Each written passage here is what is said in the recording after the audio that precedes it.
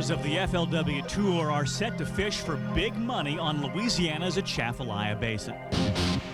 How will the top pros attack this fishery? Our Hank Parker finds out and has fun in the process. Coming up next on FLW Outdoors. Yes, sir, that's what we're looking for, my friend. Ball game, baby. Yeah. He could have one more in. He does. We have a champion. Yeah. Who's your daddy? Who's your daddy? Hallelujah!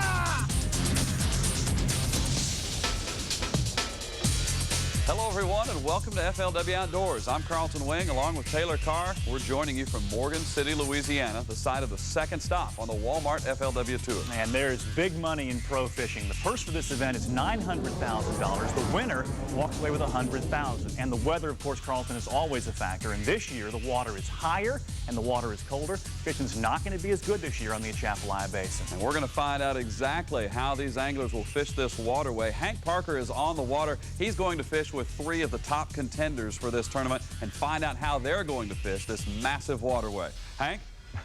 Hey guys, I'm out here on the Atchafalaya fixing to have a lot of fun. I'm going to be fishing with Dean Rojas, Dave Lefebvre, and then a little later on Paul Elias. So back to you guys. Also held on FLW Outdoors, BF Goodrich pro Scott Martin talks about Carolina rigging. Usually thought of as a deep water technique. It can work in other places too, and Scott shows us how. One of the most congenial anglers on tour is Castro pro Carl Swiebeck. Coming up on FLW Outdoors, we'll meet his family and see why he's always smiling. Last year in this event, Paul Elias went to a real isolated spot on days 3 and 4 and changed his pattern. We'll talk with Paul and find out how he won this event in 2003. The word Atchafalaya is an Indian name meaning long river. Coming up next on FLW Outdoors, we'll give you a preview of this very long and wide river, the Atchafalaya Basin, through the eyes of one of the locals who knows it best, last year's co-angler champion. Here's this week's Ozark Trails trivia question. Which of the following is not found in the Atchafalaya Basin? Freshwater drum, shoepick, white river crawfish, or walleye? Answer, while there are 85 species of fish found in the Atchafalaya Basin, letter D, walleye, is not among them.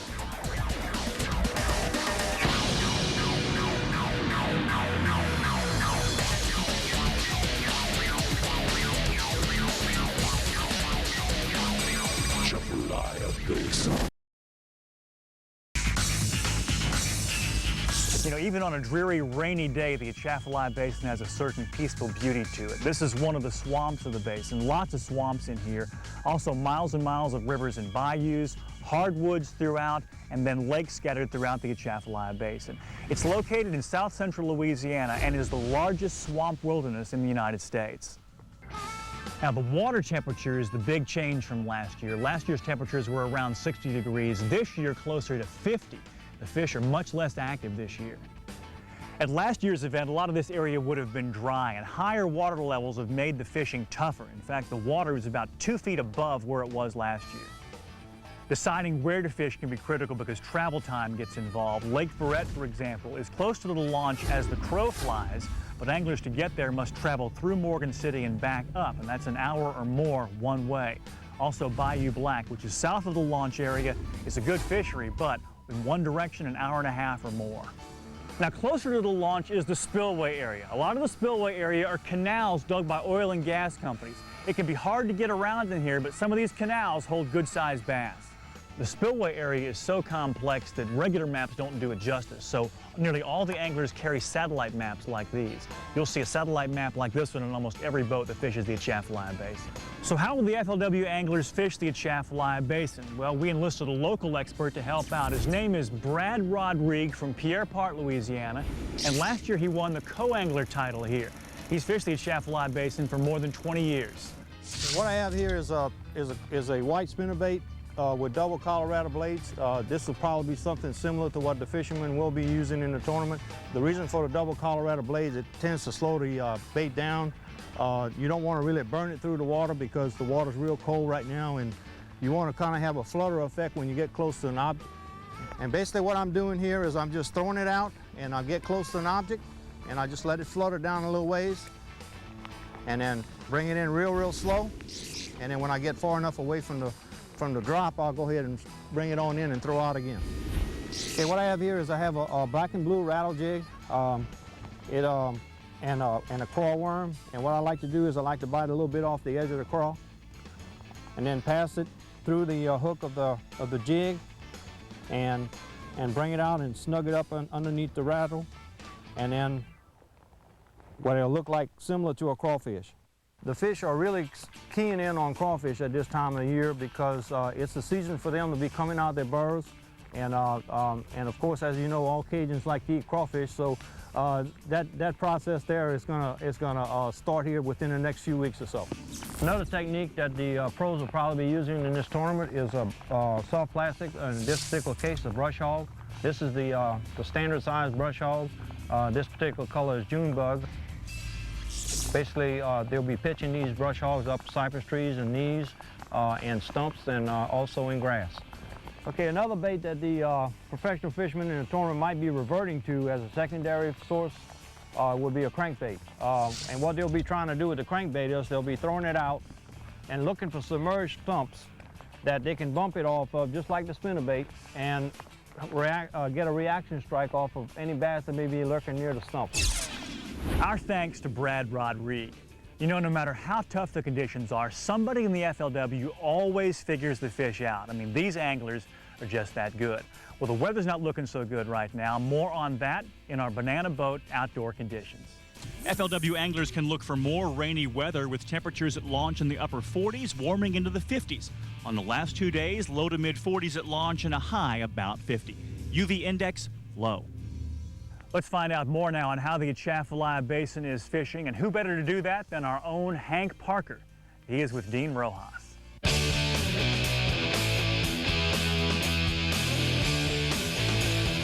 Yeah.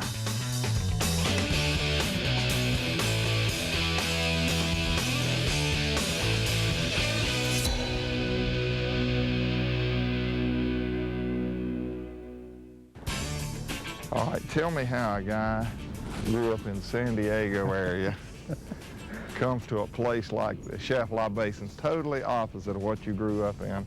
How in the world do you go about finding fish? A lot of homework and a lot of preparation, more than anything. And it was always my dream there in San Diego to become a professional angler. The San Diego area is so interesting, but I can look at that water, and with the exception of the Delta now, the California Delta is just an incredible body of water, and it's a lot like this. I mean, you know, it's a lot of similarity. Sure. But from where you came from and the way you learned to fish as a kid, to be able to adapt and do as well as you've done is phenomenal.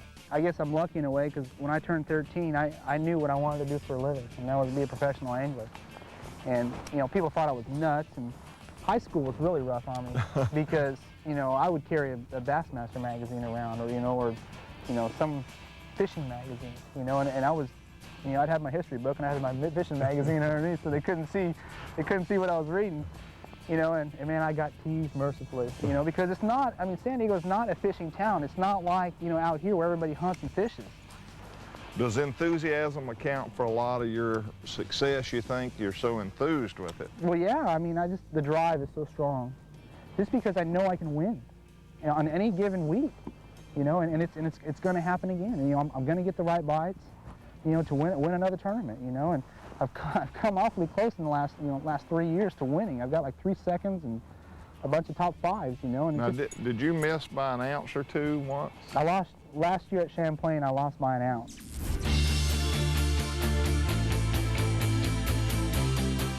And these four fish weigh in at 13 pounds, 3 ounces, a new leader, 13.3. Sam Newby is coming up next. Again, he needs 7 pounds, 8 ounces to overtake Dean Rojas, and that's going to be close. 7 pounds, 8 ounces by 1 ounce, a new leader, and that spells disaster for Dean Rojas. 1 ounce, 200 grand. I've been there a couple of times on that 1 ounce deal. And but then, second place was 100, so it wasn't that bad. Yeah. I was still smiling at the end. Oh yeah, that was a pretty good deal. It'll happen again. I mean, I'll get back. We gotta get a second shot. We're going up there in June this year, so. going to be exciting. Oh, what a fishery. Do you look forward to certain tournaments, or you just take them one at a time? I take them one at a time. Fishing both schedules that I do. This is my 4th straight week fishing. I'm in a fishing mode right now where it's all I want to do right now, and I feel really good. To be honest with you, I feel pretty good about it. I'm not exhausted or drained, and it's been a good spring for me so far. Caught a 10-pounder down at Okeechobee. I heard that. Man, that was a mule. How long did you spend on that one fish? Maybe 20 minutes. Is that part of your history or San Diego experience that made you able to do that, you think? Mm-hmm. There's no doubt. A lot of the lakes in San Diego are gin clear, you know, so we do a lot of sight fishing, you know, when the time is right for it. And believe it or not, I mean, that's how that was one of my strengths, and that's probably one of the best attributes that I got from living in San Diego was my sight fishing ability. And knowing how to read a fish when you see it, you know, you can really pay attention. You really know how he's going to react within the first probably 15 seconds. I can tell you whether I can catch him or not. And I can tell you how long it's probably going to take also. That's amazing. You know, just by the way it reacts. I have a box that very few people have seen, and it's my sight fishing box. And it's I need to get in that box. No, you don't. Nobody sees that box. Only the people who see that are my amateurs, and I keep it covered all the time. Hey, am I not your amateur? You're my co-angler today. I'm your co-angler. But we're not sight fishing. But we might start. You gonna have a sight fish bite here on the Atchafalaya? If the water was 10 degrees warmer, yeah. But it's not, so No, are you gonna have one? No, I'm not. You're not gonna have a sight bite? No. Even if it gets 80 degrees, the next 2 days are not gonna move up? No, I don't think so. It's too early. Too far away? Yeah, too far away. If we were here in 3 weeks and it got 80, yeah. Because the water, as you notice, is getting clearer and clearer. And it gets real clear to where you can see 5 feet, you know, 6 feet. And you can see it easily. And who would think catching, sight fish on Atchafalaya? Do you know kind of where they're going to be bedding anyway? Let's say you got dirty water here and you know the fish are on the bed. You kind of know where a bed would be. Mm-hmm. Yeah, but I wouldn't be out here on the main river channel. I'd be in the back of the bays dead end sloughs. Oh yeah. Dead end sloughs. You can never go wrong on any kind of river system or delta waterway with dead end sloughs. I tell you what, this has been a real thrill for me. This guy is on fire. Dean Rojas, man, you're a master at all this stuff, and I'm just so fascinated talking about sight fishing. Although it's not going to be a sight fishing tournament this week, you're going to have to be a little bit more diverse. But that's okay, because I enjoy throwing a spinnerbait and flipping a jig also. So it doesn't have to be sight fishing for me to do well. I mean, I just love being out here and fishing. What a success story. 13 years old, knew this is what he wanted to do. Here he is in the big time, making a big living fishing. Sitting next to Hank Parker, man. Isn't that awesome? Hey, we got more of FLW Outdoors coming up next. Stay with us.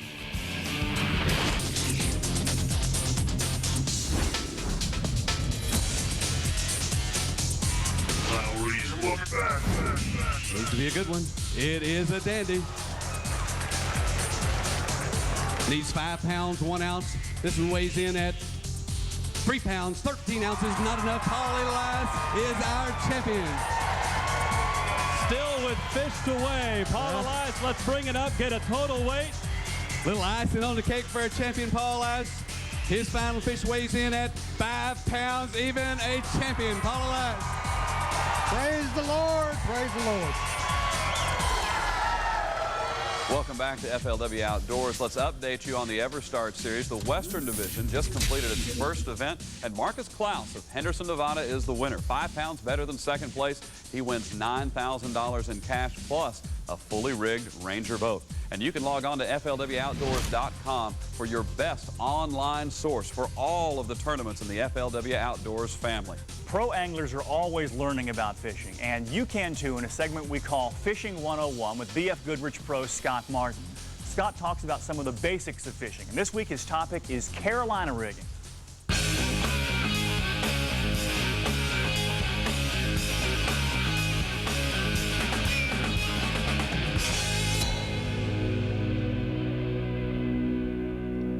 Hi, I'm Scott Martin. Today we're going to talk about a Carolina rig. You know, a Carolina rig's overlooked by a lot of today's fishermen, but it's the most consistent way to catch fish. And the guys that do fish it usually fish it deep. Today we're going to fish it shallow and we're going to catch fish.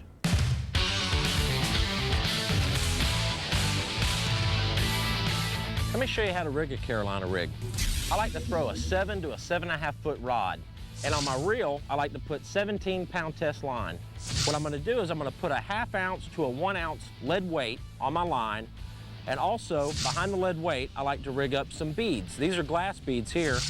And what that does is it protects your knot to your swivel and also allows a lot of noise, and the bass will attract to them. I use a 2/0 hook with a little finesse worm. Seems to be a really good choice when you're fishing with a Carolina rig. There's a bite right there. All right. That fish came out of a 1.5 foot of water on a Carolina rig. 1.5 foot of water, about a 3-foot leader, and a small little finesse worm will produce a lot of fish on a Carolina rig. A Carolina rig is a very versatile lure. You can throw it when it's sunny, when it's cloudy, when it's windy, when it's calm. You can pretty much throw it every day of the week. With a lot of times with other lures like a crankbait or a jerkbait, they might only bite those baits on certain days when the weather's just right for that particular lure. But a Carolina rig, day in and day out, it's the most consistent lure you can throw. There's a bite right there. All right. Nice bass. You know, when you set the hook with the Carolina rig, you don't have to set it too hard. Let the rod do the work for you. Just lean into him pretty good, and usually it'll drive that hook right in him good. Nice little largemouth. One of the main reasons I like to drag my rod to the side, sweep it to the side versus going straight over my head, is it allows that weight to stay in contact with the bottom the entire time that I fish it back to the boat. When you lift your rod up like this, what your weight's actually doing, it leaves contact with the bottom and arches off the bottom 3 or 4 inches and then comes back down and settles. So if you drag it to the side the entire time and keep the contact, you create more noise and you're able to find more stuff. Also, when you're fishing a Carolina rig and you detect the strike, don't get in a hurry. They're not going to let it go. They'll usually swallow it. They'll never spit it out. The most common mistake people make is they set the hook too quick.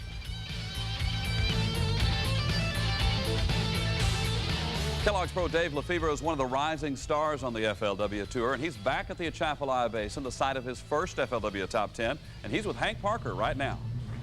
Hey, thanks, guys. I'm fixing to have some more fun out here on the Atchafalaya Basin with Kellogg's Pro Dave Lefebvre. Dave, let's go get him, buddy.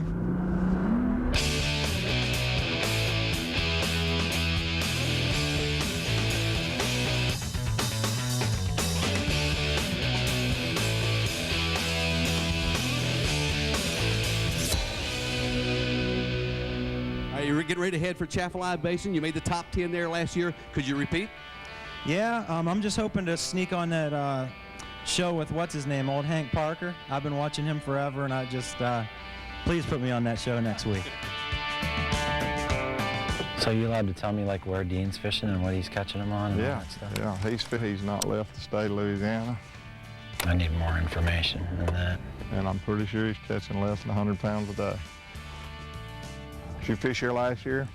No, I fished on the spillway side last year. I just couldn't get nothing going in there this year. It's like flood. The area that I was fishing kind of looked like this. It had a lot of banks, and this year there's no banks. It looks like a big lake back there. The area where you caught your fish last year, you feel like it's totally wiped out?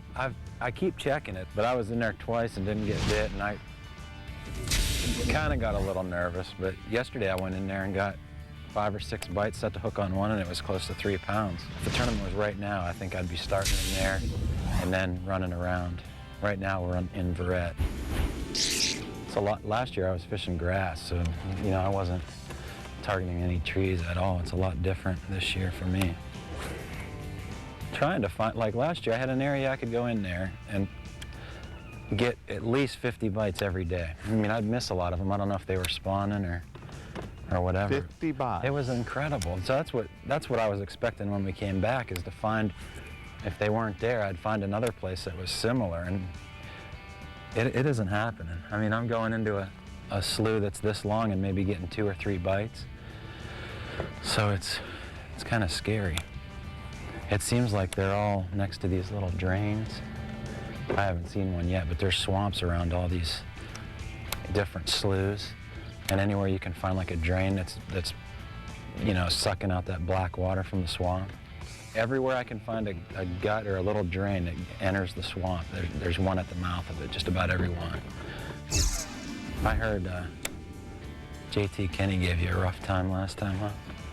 You know how it goes. He said he wanted to call me during the show today. He'll do anything to get on TV, but I shut my phone off. Where'd you grow up fishing? I grew up fishing a little, it was almost a pond-sized lake called Lake LaBeouf, right in my hometown there. And where is that? It's in Waterford, Pennsylvania, where I grew up. My dad used to drop me off there in the morning at 5 o'clock on his way to work and pick me up at 6 o'clock on his way home from work every day in the summer. So your dad has supported your fishing? Yeah, they were a little leery when I chose to do it for a profession, you know, but now that I'm out here and doing what I love to do and making a living there. So they're all for it now? Yeah. You married? Yeah. My Children? wife Ann, I got a wife Ann, and my son Mitchell, who's 19 months. They travel with me everywhere I go, so. Well, that's neat, isn't it? It is. It's a blast. We both love the outdoors and love traveling. And is that been a bit of a distraction to your career, trying to travel with the family, or does that help you? No, I think it helps me. I mean, if they're not here, I'm always missing them, and you know, like during the days when they're not biting or something, I'll start thinking I should be at home. And it's just nice that they're here, and you know, I get to see Mitchie every day when I get off the water. You set goals for yourself each year. You just start the day out and start the year out doing the best you can and don't really think about anything? I have this year. I mean, last year I didn't because I was new to it and I didn't know what to expect. You know, last year my only goal was to make the Jacobs Cup, and I did that. This year, you know, I would just love to get Angler of the Year, just have at least be in position, you know, toward the end of the season to have a shot at it. Where'd you finish in the last one? I finished 5th at Okeechobee, which was a bonus because that was one of the ones I was worried about. Me and Florida bass don't get along too well. Well, you don't have to worry about Okeechobee anymore. Right. There's a fish right there. Did you see that? Nah. Did you have a bite? You didn't see that? For really, did you have a bite? He must not have been looking. You got to take that. You want to try those solar bats? Did you have a bite for real? I'm pretty sure that was a bite. I heard something. Dave, I'm telling you, you guys are wearing me out. You take me to all these places where we can't catch fish. You caught 50 a day last year, but are you at least showing me what you're going to be doing during the tournament? Yeah, this is what I'm doing. Fishing the backs of these little pockets, these dead-end canals, and looking for little drains from the swamp. All right, Dave Lefebvre, you got it. Now we're going to be coming up next. We're going to be fishing with 2003 champion Paul Elias. So don't go away. We'll be right back with more FLW Outdoors. Welcome back to FLW Outdoors, where we are previewing the $900,000 FLW Tour stop in Louisiana's Atchafalaya Basin. Last year was the first year for the tour to stop here. The anglers loved it, and Paul Elias won the event. Carlton, he won by changing up his pattern on days 3 and 4. From Paducah, Mississippi, Paul Elias. Whoa! Paul Elias. Valentine. Praise the Lord, praise the Lord. Paul Elias. Be the man. Paul Elias. Whoa, look here. Fishy, fishy in the brook. Come and bite upon Paul's hook. Fortunately, Paul Elias has another day job to fall back on until his singing career gets going. Paul cruised into the final round with a qualifying weight of 27 pounds, 10 ounces. But on the first day of the final round, Elias utilized his primary spot, a shallow water canal holding large fish. Beautiful thing. Paul caught over 17 pounds on day 3, leading all finalists into the final day of competition. I couldn't be home on Valentine's with my wife, so I told my cameraman, I said, man, I think I'm going to catch my wife a Valentine's bass. And here's Happy Valentine's Day right here. That's a pretty good Valentine's Day present. That's for Christy. All right, Christy, that's for you. Fish number 5, 5 fish in the bag. Total weight here, 17 pounds, 5 ounces, the new leader. Great job, Paul, great job. But his 1.5-pound lead heading into the final day was not enough to give the Mississippi Pro any degree of complacency. Oh, no, Paul. No. There he is. No, God in heaven. God, that was a 5-pounder. Oh, no. Elias would have to wait a full hour and 10 minutes after his first keeper to catch his second. Thank you, thank you, thank you. You were a long time coming. Elias's area would begin to heat up after that second keeper. Within the next hour, he'd fill up his live well using a combination of spinnerbaits, buzzbaits, and tubes. Yes. Come here. Yes, that's what I'm talking about. That's what it is. These fish setting up to spawn. Mwah, you beautiful thing, you. I love you.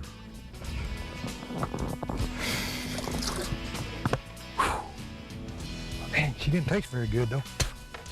The buzzbaits brought the biggest and most exciting catches of the day. In shallow water, he's running his buzzbait across the tops of grass looking for small pockets.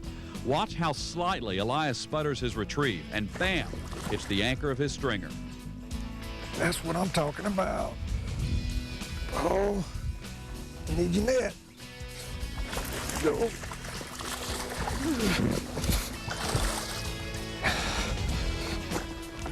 Yes. Yes, yes, yes, yes, yes. Thank you, Lord. Thank you. Valentine. Mwah. That's what I'm talking about. Now, why did they start biting that buzzbait all of a sudden? I don't know why. Praise the Lord, they did. It was one of those special days for a longtime pro who had wondered if he'd ever win his first FLW title. That moment came as Dave Lefevre, the last challenger standing, weighed his final fish. Needs 5 pounds, 1 ounce, 3 pounds, 13 ounces, not enough. Paul Elias is our champion. Little icing on the cake for a champion, Paul Elias. His final fish weighs in at 5 pounds, even a champion, Paul Elias. Praise the Lord, praise the Lord. From Matuna, Mississippi, Paul Elias.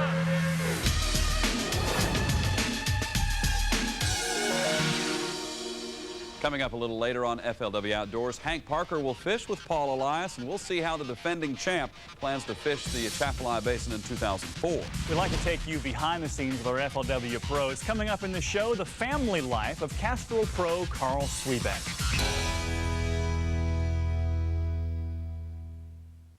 Everybody thinks that that's pretty cool that I have a dad that is a professional fisherman. Yes, Carl Swett lives a charmed life. He has a supportive family, a dream career, and a personality you can't help but like, even if you're a cop ready to write a ticket.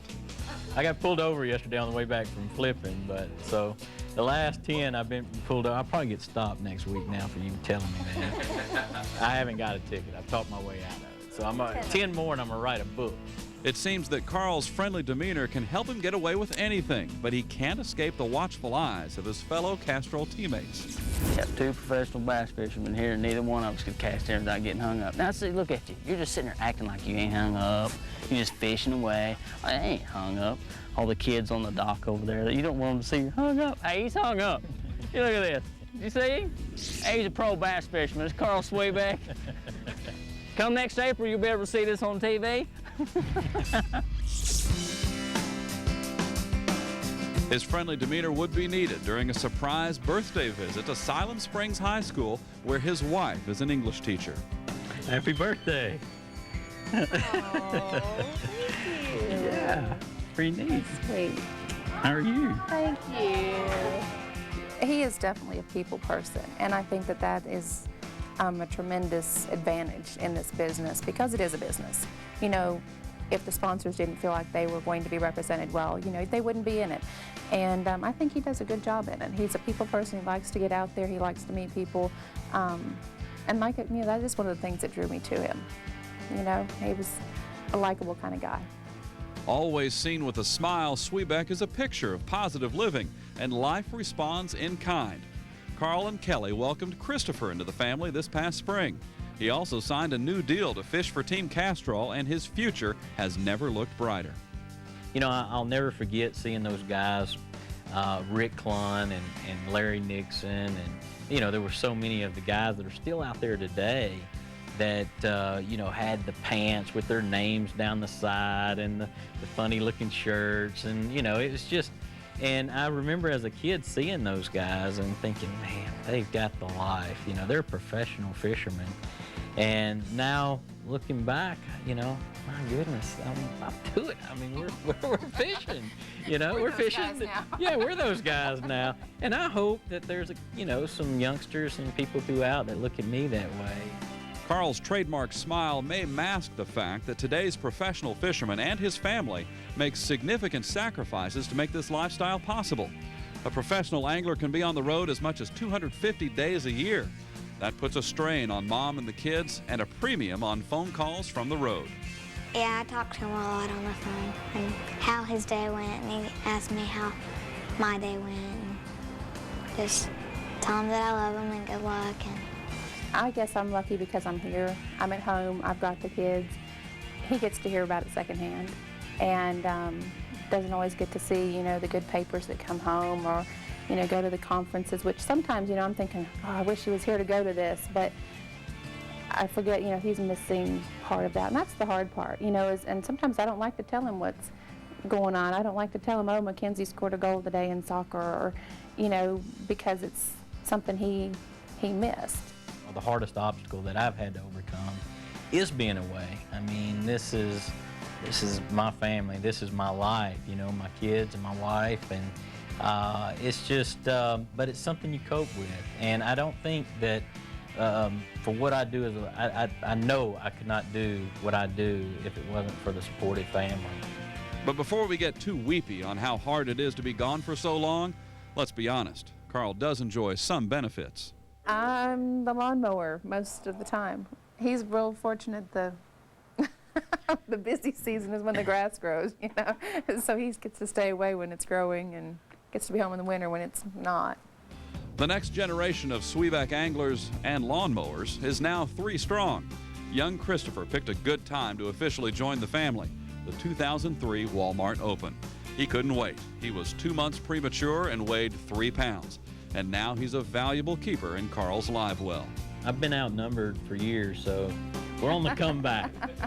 It looks like it's going to be 3 against 2 for a long time, I can tell you. It's the support of a strong family that gives Carl the ability to make a difference in the world of pro fishing. And while he's thrilled to have the opportunity to pursue his dream, he's not satisfied merely competing. We started a very small business, and right now, you know, we're making a few sales. We're getting along. But, you know, one of these days, we want the empire. As you saw, Carl has plenty of reasons to smile, but he also has one more. Since we taped the interview with Carl, he has now talked his way out of 11 speeding tickets. There's plenty more ahead on FLW Outdoors.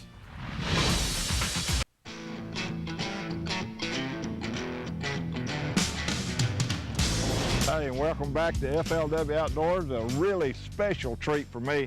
I'm going to be fishing with my old comrade, 20-several year, I don't know how many years, but 20-several year veteran, Paul Elias, the defending champion of this tournament. 203 champ, man. Defending champion. That's it. You're going to put us on some fish and show us how to do it?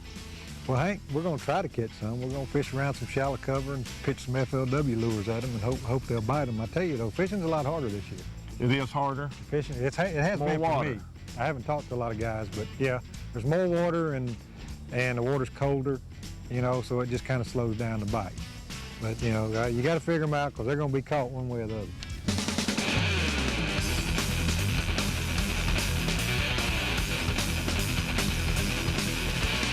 You know, this weather, the way it is, these fish are going to start biting. This place has got some fish in it, doesn't it? Yeah, it's got a lot of fish in it. A lot of fish. When the water temperature takes a hit like it's taken the last couple of days, you can fish through an area that's got a ton of fish. You know, and you think there's nothing there. They're just not biting. These fish aren't used to a 7 or 8 degree water temperature hit overnight. You know, I'm sitting here watching you pitch, and last year you won the tournament on spinnerbait and pitching a tube, and what all did you do last year to win this thing? The first 2 days I was throwing your spinnerbait on with a red and orange skirt, and pulling it down logs. I fished two little canals both days, and it was kind of crazy because you think you caught all the fish in there, and you make another loop through there, and it's like another one swim up on every log. A lot of people may not know this, but you and I go back way back, fishing tournaments together, but we've both been working with the same lure company now for about 20 years. Yes, sirree. And we've been working on the FLW baits. I'm pitching an FLW jig, which I absolutely love. I think this trailer is by far the best looking trailer I've seen yet. It is, it's awesome. No gimmicks in these baits, are just hardcore power fishing lures that are designed. The hook in this thing's got that red hook, which is hot, but it's a great hook, and it's a super duper design. Of course, not only the jig, that tube's awesome. It's a good sized tube. Yeah, it's got, it's got a lot of bulk to it. I like that. It's got the ribs on it, which you get some more water dispersion and raised eyes. I like that. It's a neat tube. A lot of detail, a lot of thought. But the whole goal behind it was, and I think you had a lot to do with that, and I think a lot of the man staff as well as a lot of the FLW staff had a lot to do with, hey, we don't want to go in and reinvent the wheel. We want to take the basic fundamental baits that win the majority of the tournaments, and we want to refine it and make sure it's the best jig, the best tube, the best worm that a person can get. How do you keep your confidence, Paul, when you go to a place that you really felt like you could catch fish and it's beautiful, it's right what you're looking for, water temperature's right, you know you're using the right baits, and you go in there and fish for 2 days and don't get a bite? What do you do then? You keep on looking. If you don't find anything, you got to go with whatever you feel. I think the main mistake I've always made when I got a problem like that, and I'm not really on any fish, is I run around too much. I think the best thing to do is commit to an area that you feel like's got some fish in it, and just fish it hard. Is that what you're going to do here? That's what I'm going to do here. I'm not going to get that much fishing time the way it looks right now. If I have to run to the marsh, I'm only going to get 5 hours, so I'll probably fish 2 canals down in the marsh. It'd be kind of a bummer if you went all the way down there and committed to 5 hours and there's 7 other boats in there, isn't it? Oh yeah. You always got that. That's anymore. You used to could run 60 miles and get away from the boats. You can run 160 now and you can't get away from the boats. People figure that out. That's right. Seems like everybody knows. I mean, all these young kids who hadn't had a whole lot of experience, they know the scoop right off the bat. Well, they do. I mean, it's been printed and on videos and everything else on what to do in certain situations. I mean, we raised a bunch of good fishermen is what we did. How many years you been doing this, Paul? I started in '76, really. Really 77. I only fished like 2 tournaments in 76. So 27 to 28 years, depending on how you want to look at it. Yeah, long time. How in the world do you stay? What keeps you motivated? Competition, man. Competition. Tell you what, Paul, it's been a lot of fun, man. Anytime I'm with you, I have a big time. I've enjoyed it, Hank. It's great to see after 25 plus years, you still got all this enthusiasm like a kid. I do, man. I love it. I still love it. Great champion, our defending champion 2003. Don't go away. We'll be right back with Taylor and Carlton for our Atchafalaya Basin predictions.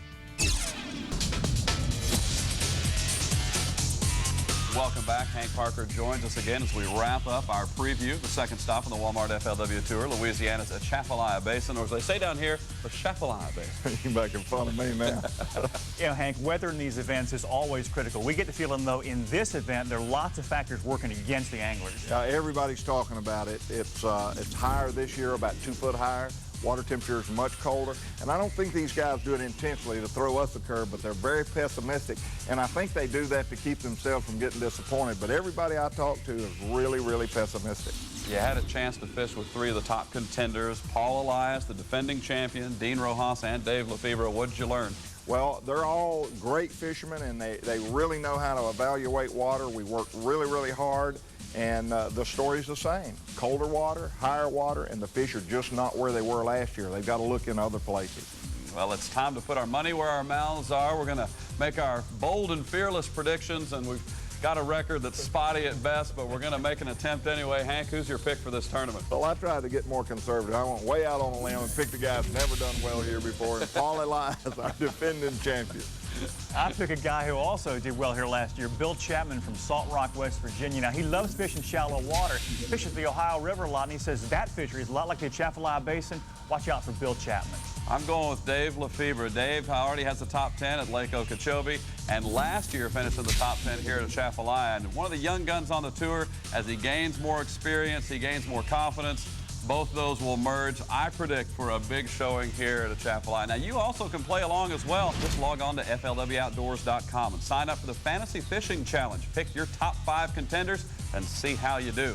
We'll see how we did next week on FLW Outdoors as we crown a winner in the $900,000 second stop on the FLW Tour. Thanks for watching this week on FLW Outdoors. Bayou beckons again, and we're back. On the line, a $900,000 purse. Get your Mardi Gras beads ready. The good times start rolling now on FLW Outdoors. Yes, sir. That's what we're looking for, my friend. Ball game, baby. Yeah. He could have one more, and he does. We have a champion. Yeah. Who's your daddy? Who's your daddy? Hallelujah!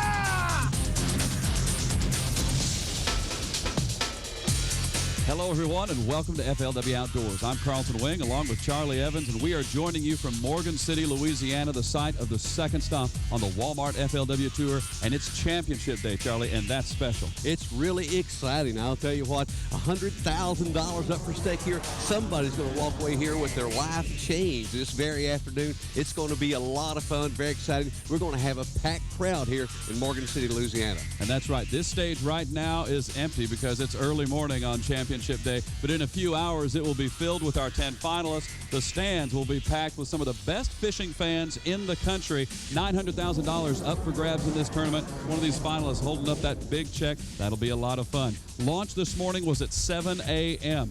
These anglers, they got in the boat with a lot of anticipation. They also got in the boat with a lot of rain gear, expecting some cold and rainy weather, and that certainly affects the way they fish. When you're a professional fisherman, you have to deal with all the elements. You know, the conditions out here are terrible. It's freezing cold, it's raining and everything else. So you throw the back on top of it, it's just one other little element that you have to deal with. So we'll see what happens. I need some luck today, man. I need to get those 5 quality bites and put them in the boat. But I've got a good feeling, though. And today is Valentine's Day, by the way, so got that on my side. Charlie, those anglers looking skyward all week long. It has not stopped raining all week here in Morgan City. They've had to deal with the weather a lot this week. Absolutely. It has been raining all week, plus the temperature's been dropping all week. And while the temperature's dropping, the water is rising, creating some very unique circumstances here on the basin. And as a result of that, none of the top 10 from last year made it back in this year. A whole new group. A new group, and 200 pros took the waterways at the beginning of this week. Just 10 survived the qualifying round. Let's take a look back now at days 1 and 2 on the Atchafalaya Basin.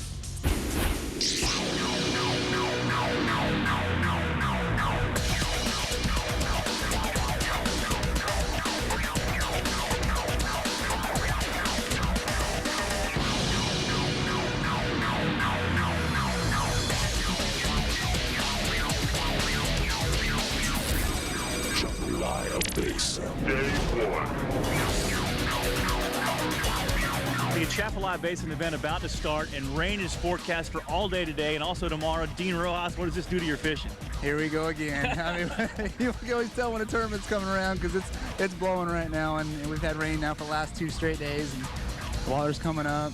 But hopefully my areas didn't get too muddied up, and hopefully we'll come with a nice bag today. There are no rain delays in professional fishing. Anglers suit up and deal with it. Not that they have to like it. What it really does to you, it just makes it really hard to really concentrate and fish the way you really need to do. The higher and colder water changed Eric Holt's plans. The Missouri pro expected to spend the bulk of his time flipping, but in practice he found a jerkbait bite. He worked the shallow running lure over hydrilla and around cypress knees. Florida's Billy Bowen found his fish flipping and showed off some new moves, sure to gain a nomination for our Eagle Claw Hook Set Award. It was so cold, my hands were cold and wet, and when I set the hook, the fish pulled so good. I mean, it wasn't that big of a fish, but it was in a tree. I mean, it ain't the first time that's ever happened to me. I've done it several times before. Bowen failed to get a limit, and he had lots of company. Only 37 pros had the 5-fish maximum. But a stingy Atchafalaya Basin can't keep the whole field down because these guys are too good. 20 pros had at least 13 pounds, led by South Carolina's Anthony Gagliardi, who made a last-minute decision to stay close to launch and flip a black and blue jig. Well, the first one I caught was that 5-pounder, and I knew that place had potential to produce fish, and I think I caught my second one about 30 minutes after that one, so then I knew I made the right decision then. Snickers' big bass of the day, wow, an 8-pound monster from Texan Mark Pack. Atchafalaya Basin, Day 2. It's day 2 now, and it's time for these anglers to make a run to make the cut. A total of 37 are within 3 pounds of making the top 10, including BF Goodrich pro Scott Martin. Scott, big day for you today. Well, I tell you, the Lord took care of me yesterday. You know, it's a little bit tougher than last year. The water's up about 3 feet, and the water's a lot muddier, but there is still a lot of clear water out there. It's day 2, and a lot of the guys that caught them yesterday won't catch them today, and vice versa. That's a tournament truism the anglers know all too well. Proper perspective is essential to handle the pressure of making the cut. Arkansas's Mark Rose entered the day mere ounces away. You know, I'm within striking distance right now, so there's a lot of excitement, but you got to stay focused, and you got a job to do too. You got a family to feed, so you got to be able to put a few fish in the boat, and it's a hard balance between being really excited and staying focused and being able to do what you got to do to catch them.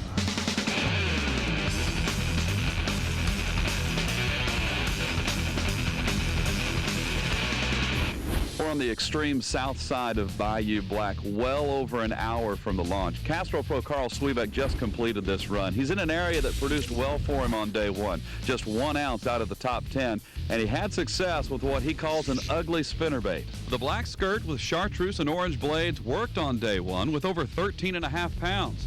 But this morning, Swiebeck caught just 1 fish, and it fell just short of the 14-inch minimum. Compounding Carl's quandary was a problem with a local fisherman. A bird, actually. The feathered friend followed Swiebeck through his best spot. Perhaps the pelican was just protecting his own honey hole. Swiebeck found 3 keepers later and turned in just over 5 pounds at day's end, good for a 26th place finish. And remember Mark Rose? His focus factor was high on day 2, adding nearly 13 pounds, making the cut in 4th place. I found some new current breaks with some little eddies, and it's got a little running water, and that's the whole deal on any river system. If it's rising or falling, it doesn't really matter. You got to find, and it's tough, always go to that running water. Headlining the charge into the final round, Wisconsin's Tom Monsoor. A total weight of 32 pounds, 11 ounces was best in the field. Charlie, the fishing got a lot tougher on day 2 after day 1. The top 10 after day 1, just 3 of those survived in the top 10 after day 2. That means 7 other anglers had figured some things out and made a big run. One of those guys, our Snickers pro, Chris Baumgartner. He certainly has figured things out. He is doing the same thing on day 1, day 2, day 3, and today. His key is throwing a spinnerbait in clear water. He's the leader heading into today's competition, and he's with Taylor Carr right now. Yeah, Carlton, Chris Baumgartner is right back where he caught 13.4 yesterday to lead this event, and this is 16-inch canal. We've run about 15 minutes from launch here in the Atchafalaya Basin. Now, Baumgartner's not had a good start today, just 1 fish in the boat, around 2 pounds. By this time yesterday, he had caught 2 nice keepers, so he is a bit concerned. We'll hear from the Snickers pro a bit later in the show. Thank you, Taylor. 2 of our 10 finalists are on the Fuji team. We've got Randy Blockett and Sam Swett. Absolutely, Randy Blockett, the seasoned veteran's been here many times before, and a brand newcomer to the top 10, Sam Swett, the only one of the top 10 from the state of Louisiana. He's kind of like the hometown favorite here. And that local boy is with our own Larry Nixon right now. Larry? We've been watching Sam for about 30 minutes now, and he's fishing in a natural bayou. It's not a canal. And he's fishing the moss where it breaks off from 3 to the bottom of the creek, and he's fishing it real slow with a tandem-bladed spinnerbait with Colorado blades. That forces him to reel it real slow. and he's fishing the edge of that break line, and that's where he's catching his fish. Back to you, Carlin. There's a lot ahead on FLW Outdoors. Charlie, we'll be talking to the finalists as they fish. And absolutely, we'll have you out there on the water, in the boat with the finalists, and hopefully right in his mind to see what he's doing, how he's doing it, what baits he's using, and how the pressure is affecting him as he's fishing for the $100,000 first place prize. Today's the last day, and I'm just going to do what I've been doing for 20 years, swimming this jig. I just love doing this. And if the fish are in the mood today, I'll have a good day. This is FLW Outdoors. We're joining you from the second stop on the Walmart FLW Tour from Morgan City, Louisiana, and the Atchafalaya Basin. And Charlie, we got to witness a little bit of history. I'm telling you some very exciting history. Judy Israel won the co-angler title yesterday. The very first time in the history of the sport that a female has won a title on the Walmart FLW Tour. $20,000 she is richer today, and a very happy lady. She fishes for Land O'Lakes. She was so enthusiastic last night on stage. It was a thrill to see. Well, let's talk about our 10 finalists now. They are on the water, and let's introduce you to the field of finalists who made the cut. We'll start off with Mark Rose, entering today's competition in 10th place. He says he grew up on a river system. That's what helped him achieve so much success here in Atchafalaya. All right, Bill McDonald is up next, a rookie. Cody Bird was a finalist at the FLW Championship last year. Mike Sermon is our cast roll pro. He can fish outside of the state of Florida, too. He actually has done better here than he's done on his home lake of Okeechobee. He's in the top 10. He's doing a great job also. Dean Rojas is a great story. He was a finalist at Lake Okeechobee and a finalist here, and there is a good shot that he will be the leader in the Land O'Lakes Angler of the Year race after this tournament. If he finishes in 7th place or higher, Dean Rojas will be our Land O'Lakes Angler of the Year leader, and I'll tell you, he'll be tough to catch if he gets out in the lead. Randy Blockett, the first of 2 Fuji pros in this top 10. Steve Kosh is another first-timer. He came all the way from California. Tom Monsoor, another finalist. He had consistent stringers both days 1 and day 2. He was our leader out of that qualifying round. Sam Swett, a Fuji pro. He's the only Louisiana angler in this top 10. Chris Baumgartner is the leader heading into today's round. Had consistent stringers all week, but really turned it on when he needed to on day 3. This Snickers pro is fishing very consistently every day, doing exactly the same thing. He's got a good area, a good pattern, a good bait. If the water stays clear, he could win this event. And Charlie, no one was better or more consistent coming out of the qualifying round than La Crosse, Wisconsin's Tom Monsoor. 16 pounds, 6 ounces on day 1, followed by 16.5 on day 2. Nearly 3 pounds better than anybody else. And he's on the line with us right now. Tom, you said you're in heaven out there in this rain. Well, I love to fish, period, and it's a river, a lake. I like these little rivers more because you can get out of the wind and it's safer. I appreciate the safety factor. And there's so many places you can get away from other people and try and find something on your own. All right, Tom, also you're still throwing a jig that you make. It's one that you make and that you design, and not only is it a unique jig, you use it in a very unique way. Tell us about that. Well, right now, I make these, it's taken me about 20 years to develop these little jigs that I make that swim through the grass and the wood perfectly, that are balanced, that don't roll over. I'm using one they call the Mardi Gras color right now. The guys this morning at the landing all said, that's a Mardi Gras color. It's got a little pink in it, you know, and it's got a special hook. Is the reason I make all these lures that I make is because I didn't like the hooks that everybody put on their baits. Well, tell us what's different about your hook, Tom. Well, I like a real small, fine wire, large gap needle point hook that if a fish, you know, gets near it, usually you're going to get them and it doesn't take a lot of penetration. The reason being, when you're swimming a jig, they hit it moving, and you need something that goes in easy and quick. And usually they get it really good. But today I did miss 2, but one of them I was just shaking my rod to get some weeds off it, and one hit it, you might know. And he didn't get it then. All righty, that's Tom Monsoor out on the water fishing for $100,000. And Charlie, just 14 ounces separate him and Chris Baumgartner, our leader heading into today. And I'll tell you, that jig he designed said it took him 20 years to get that jig just exactly right to make it do what it wants to do in the water. A very unique story there. And again, Tom's a threat anywhere he goes, but especially in a river system. Fuji Pro Sam Swett has seen success in this tournament on the FLW Tour, and that's great, but it's even more special when he can do it in front of his hometown fans. He's the only native Louisianan in this top 10. He made a 45-minute run from launch, and so also did our own Larry Nixon. He's with Sam right now. Right now I'm with Sam Swett from Covington, Louisiana. And Sam, is this your first top 10 in a big FLW tournament? Yes, it is. It is. Oh yeah, and I'm excited, especially being from Louisiana, and you know, so many people have been coming up wishing me good luck, and I mean, Louisiana just has an excellent state. It has probably the best hospitality in the United States, or in the world for that fact.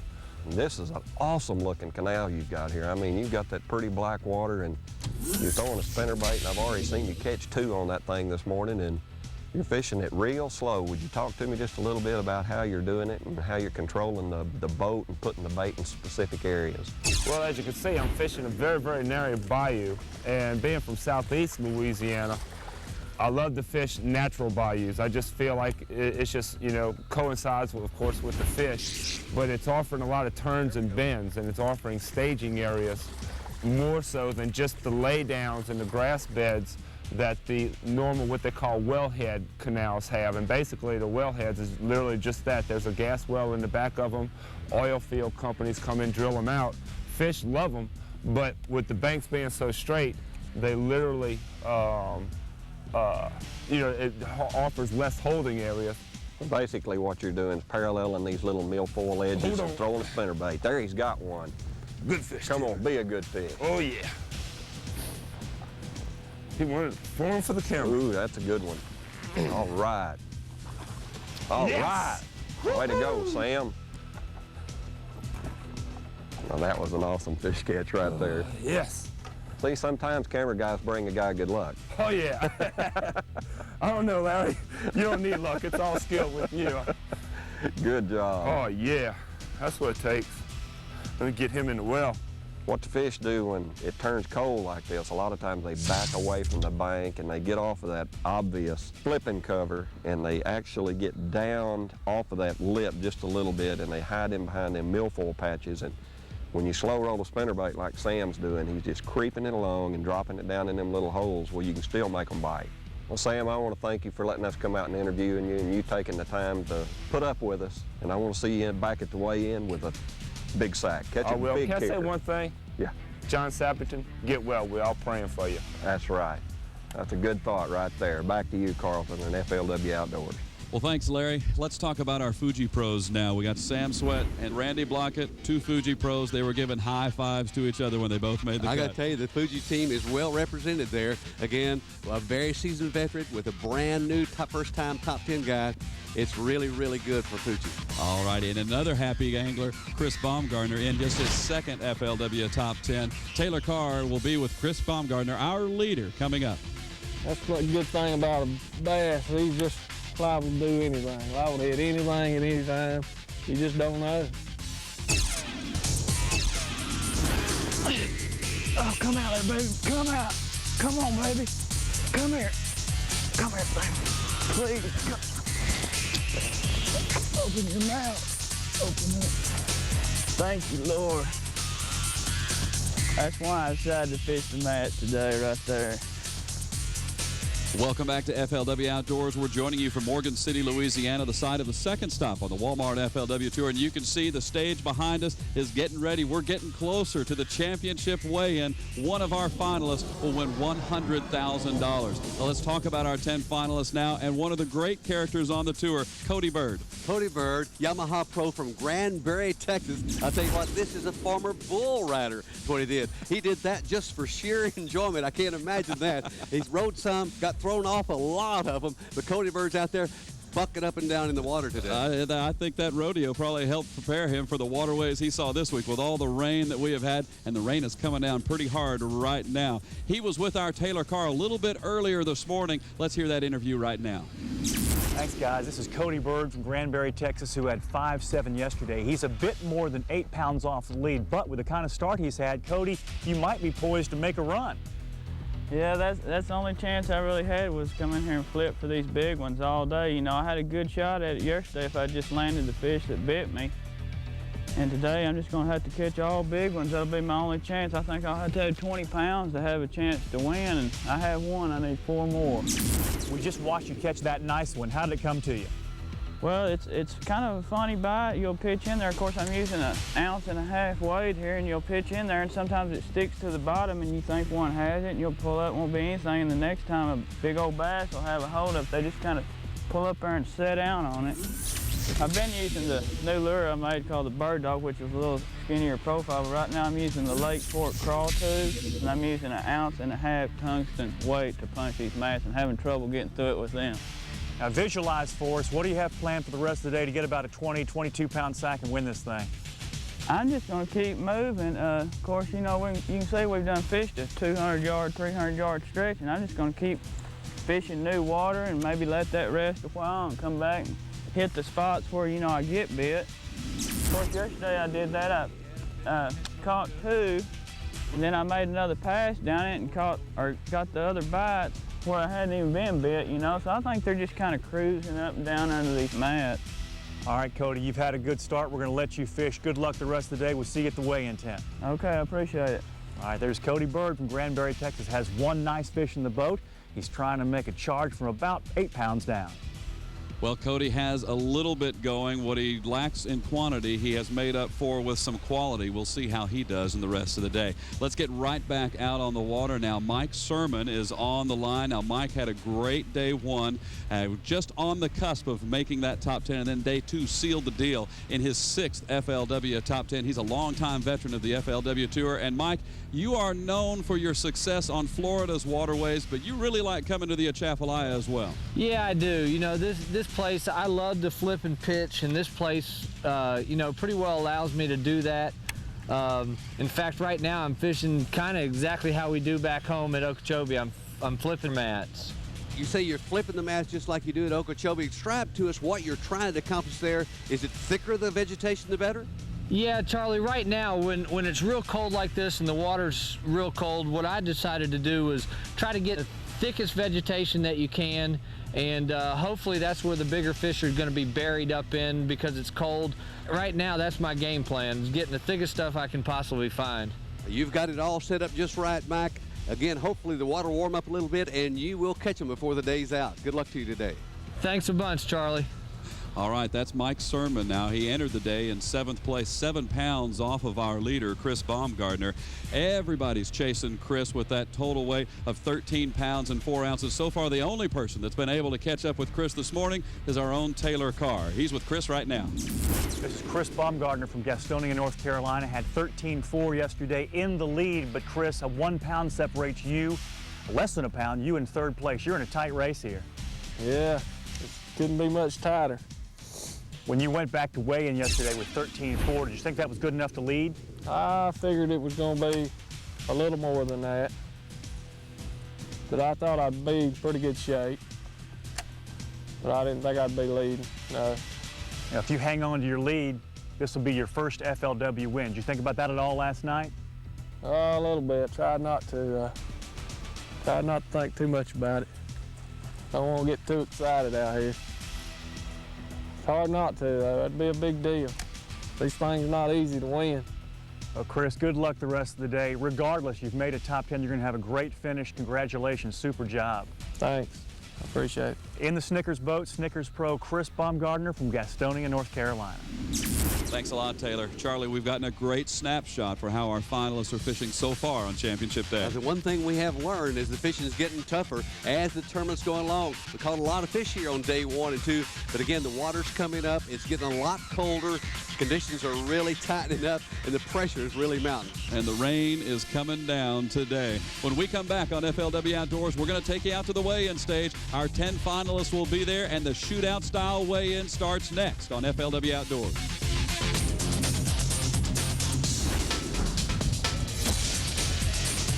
My hair dried up, couldn't get me to bite.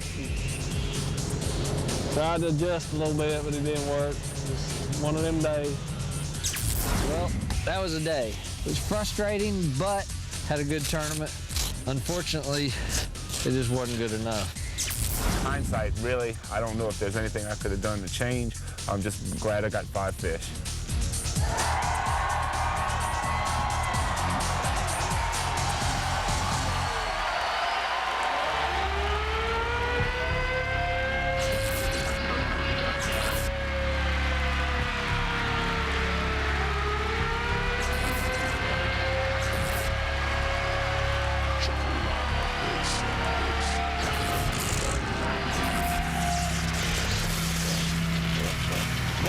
City here second stop on the FLW Tour.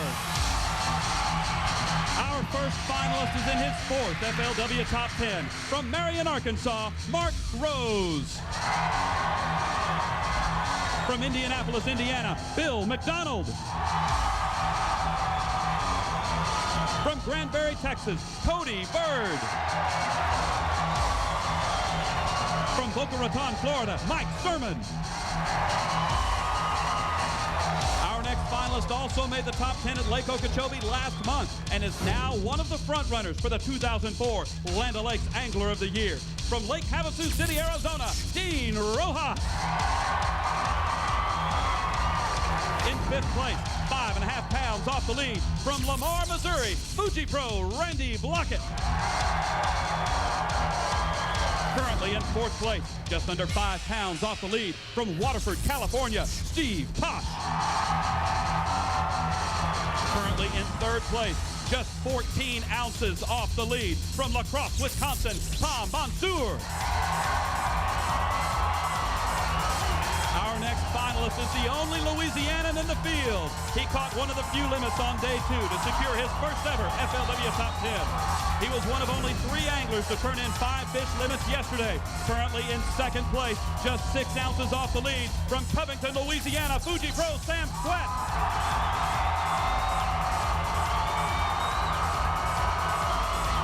Our final finalist lit up the field yesterday with a strong day 3. Currently your leader with a total weight of 13 pounds, 4 ounces. From Gastonia, North Carolina, Snickers Pro Chris Baumgartner. Ladies and gentlemen, here they are, your 10 finalists here in the Atchafalaya Basin.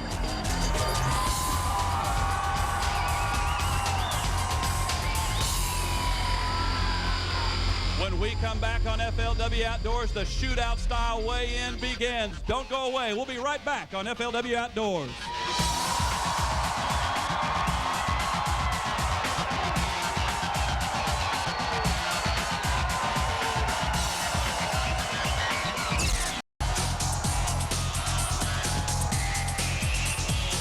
Welcome back to Morgan City, Louisiana, and the second stop on the $6.8 million Walmart FLW Tour. The purse in this event is $900,000. The winner walks away with $100,000, and the fishery is the very challenging Atchafalaya Basin. This arena is packed with fishing fans, and the weigh-in has already begun. 3 anglers have weighed out, starting with Mark Rose from Marion, Arkansas. Mark made his 5th top 10 but had no fish, so he's on his way. Then Bill McDonald was next to go, also no fish, but he'd done a great job coming from 44th place to make the finals. Mike Sermon from Florida was 3rd to go. Mike fished match today, but he could not make the big move. Now checking our 7-up leaderboard, Cody Bird is taking the lead with 4 fish. Bird on top, followed by Chris Baumgartner with 13 pounds 4 ounces. Then Sam Swett, Tom Monsoor, and Mike Sermon, who was weighed out. In the 6th spot, Steve Tosh, 8 pounds 6 ounces, followed by Randy Blockett, Dean Rojas, and then Bill McDonald and Mark Rose, who have weighed out. Now back to Carlton and Charlie on stage. All right, thanks, Taylor. The weigh-in continues now. 3 out. Dean Rojas is our next challenger, and here he is right here. Okay, I thought you were empty-handed for a second. I thought, oh, no. All right. Dean Rojas needs to bring up at least 7 pounds to be able to take the lead from Cody Bird. Dean has had an amazing tournament and an amazing run here in these first 2 tournaments of the year. Yamaha Pro Dean Rojas, world record holder, top 10 angler from last tournament. Again, top 10 angler from this tournament. With this stringer here, he will take over the lead for Land O'Lakes Angler of the Year officially. 2 fish here that weigh 3 pounds, 13 ounces, 313, your worst day yet. We got you on video right here, Dean. Tell us again what you're doing in this beautiful, it is a beautiful area. Yeah, this is Plan C. This is no fish at probably about 1 o'clock this afternoon, and I'm just trying to get a bite, and I finally pulled one off this cypress tree right here. And gosh, it was just so tough today for me to catch a limit, but it's just great being here and, you know, making another top 10, and I'm excited. And look at all these people here. It's just awesome to have all these people for bass fishing. And I want to thank FLW for giving me the opportunity to come out here and make a living at fishing.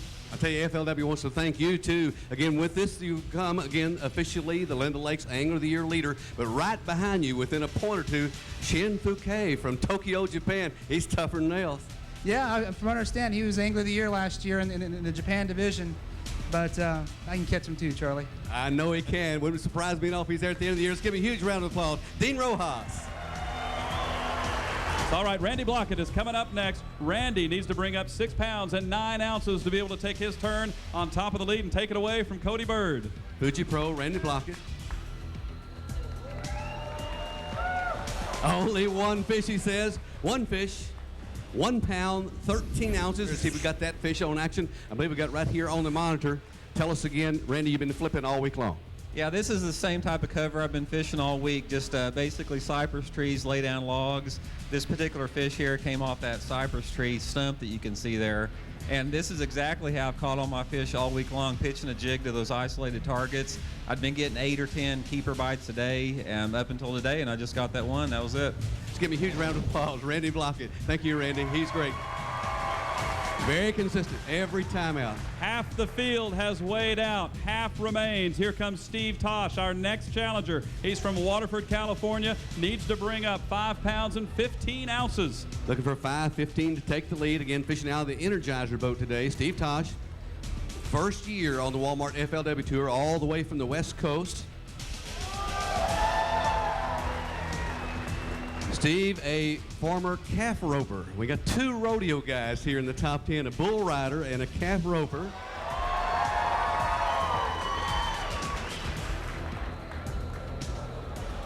One more should do it. And he's got a third one. He's got 3 fish here that weigh 7 pounds, 12 ounces, a new leader. Steve Tosh takes his turn on top of the leaderboard. Tom Monsoor coming up next. Tom needs to bring up 3 pounds and 12 ounces to be able to take his turn on top of the leaderboard. Tom fishing out of the Weed Eater boat. Again, another one of those anglers that moved up through the Everstart series, BFL into Everstart, into FLW. Already made a top 10 at Kentucky Lake last year. Looking for 3 pounds, 12 ounces. He has 2 fish here that weigh 4.3, a new leader, 4.3. All right, we shift our eyes now to the local favorite, Sam Swett from Covington, Louisiana. Fuji Pro, Sam Swett, 3.12 out of the lead right now. There's fish number 1. Good, solid keeper there, reaching for number 2. Great fish there. Let's check and see if that's enough. 2 fish here that weigh 4 pounds, 4 ounces, a new leader, 4.4. All right. Sam Swett is on top. 17 pounds, 2 ounces. That's the mark to beat for Chris Baumgardner. There's Snickers Pro. Been catching them consistently all week long. Needs 3 pounds, 14 ounces. There's fish number 1.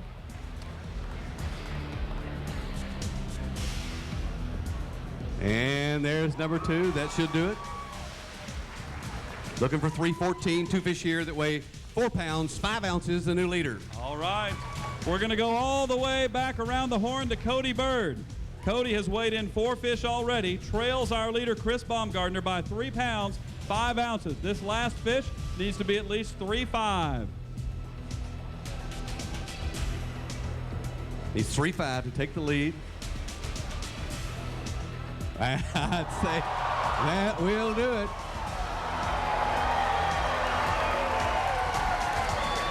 This fish weighs in at 4 pounds, 8 ounces, the new leader, 4.8. Okay, Cody Bird is our new leader, 18 pounds, 12 ounces. That's the new mark. He has weighed in all 5 of his fish. Steve Tosh is coming up next. He needs to bring up more than what he's got. Out of fish. I'm out of fish, Charlie. What a tremendous tournament you've had. Let's watch you in action out there on Atchafalaya Basin. Steve Tosh, tell us what you're doing, Steve. I'm pitching mats with an 1.5 ounce weight. I'm using a Konami palm tree. I've used it the whole tournament, and you can see it works. I can see it does work. Coming all the way from the West Coast, you're the first year on the Walmart FLW Tour. What do you think so far? This is it. It don't get any bigger. This is incredible. Let's give Steve Tosh a huge round of applause. He's had a great event. Thank you, Steve. Okay, we are down to our final four here. Louisiana fans can appreciate that. 4 anglers still alive in the hunt for $100,000. Cody Bird is our leader. We'll cut that field in half when we come back on FLW Outdoors.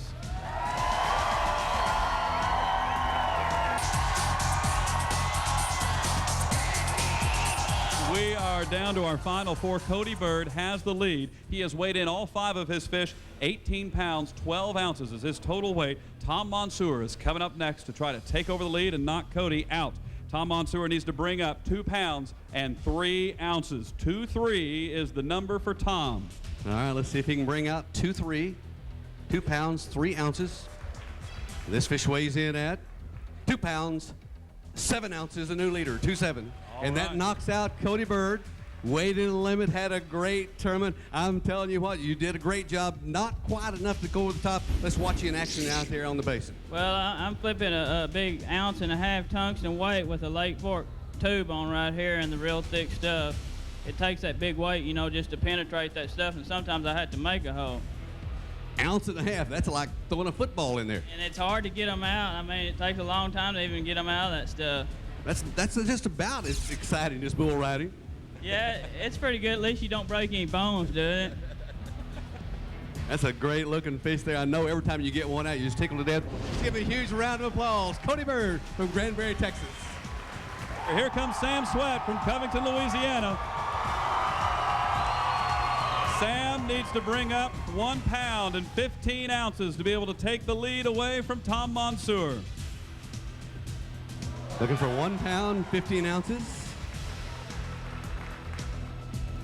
And he's got it. This one weighs 2 pounds, 13 ounces, a new leader. All right. Okay, Sam is our new leader with a total weight of 19 pounds and 15 ounces. Chris Baumgartner is coming up next, and he is weighing out. Wow. That was a shock to everybody, Chris. You've been catching them so consistently every day. So we've got you catching in action out there in the Atchafalaya Basin. Tell us what you're doing again. I'm flipping a 1 ounce weight with Zoom speed crawl into mats. Just not enough bites today. No, for some reason they just didn't bite. I don't know what it was. Maybe the current slowed down and the water got colder. But just didn't bite. Let's give a good round of applause to our Snickers Pro, Chris Baumgartner. All right, ladies and gentlemen, we are down to our final 2 finalists for the championship here in the Atchafalaya Basin. Our challenger, Tom Monsoor, just 15 ounces away from our leader, Sam Swett. We will crown a winner when we come back on FLW Outdoors.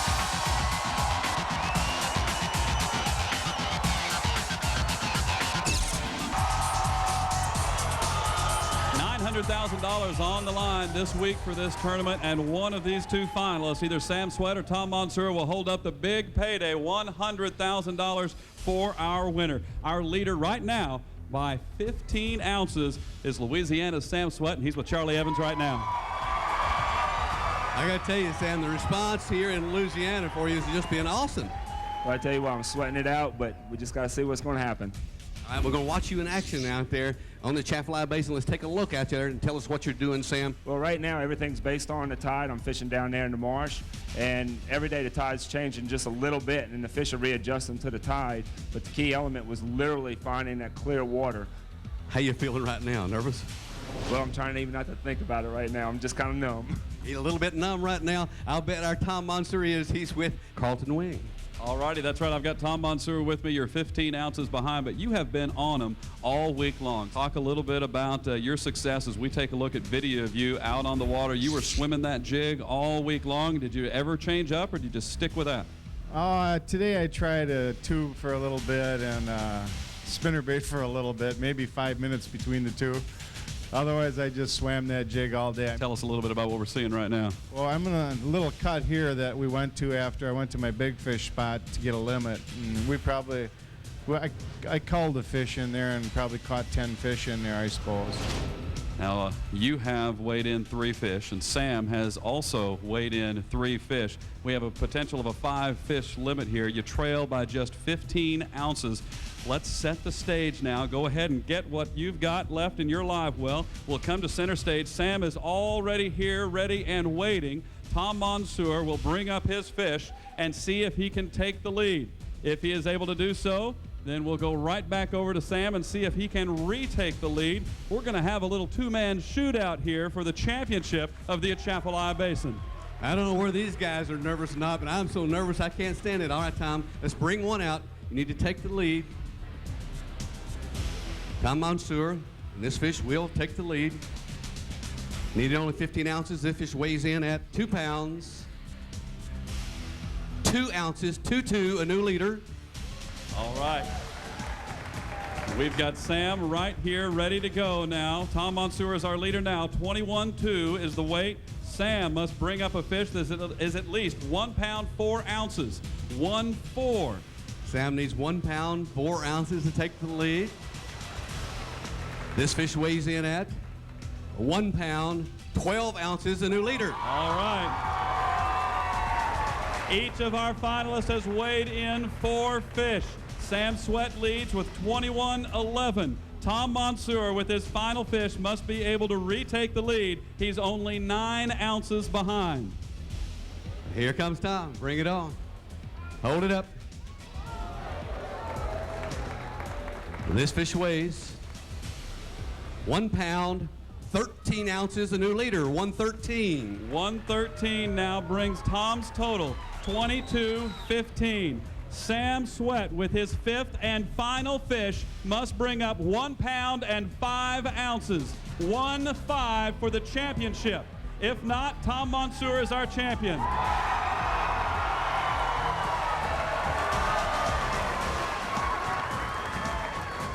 Everybody's yelling, but you know it's going to be close. It's going to be close. Needs 1 pound, 5 ounces. This fish weighs in at 1 pound, 14 ounces. We have a champion.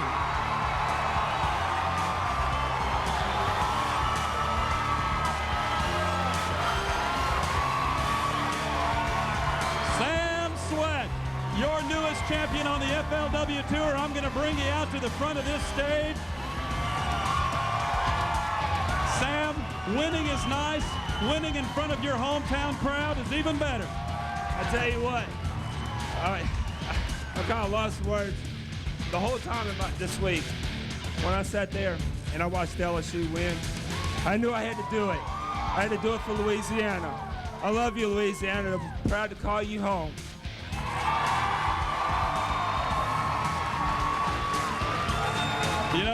You know you're in Louisiana, they're already throwing beads. Talk a bit about what this means, an FLW championship, a winner right here on the FLW Tour. Oh, God, I haven't even had a chance to think about it. I was such in the zone this week. I knew if I got caught up in that, it would distract me, and I just had to literally fish today. Stayed focused, and that was good. We have a presentation. We have a series of presentations for you coming up to the stage right now. Here you go. This is what you fished for, $100,000. Here is your check. Tom Mayo, the store manager of Walmart.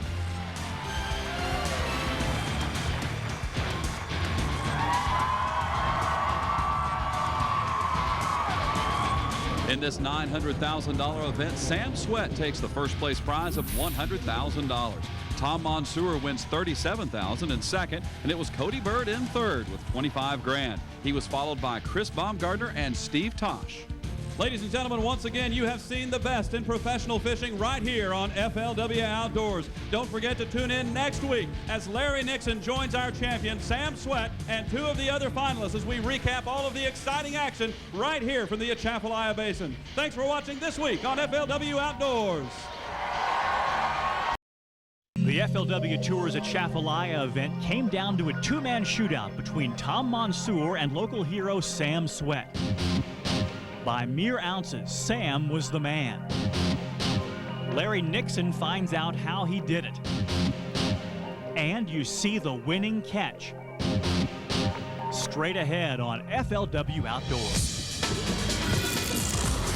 Yes, sir. That's what we're looking for, my friend. Ball game, baby. Yeah. He could have one more, and he does. We have a champion. Yeah. Who's your daddy?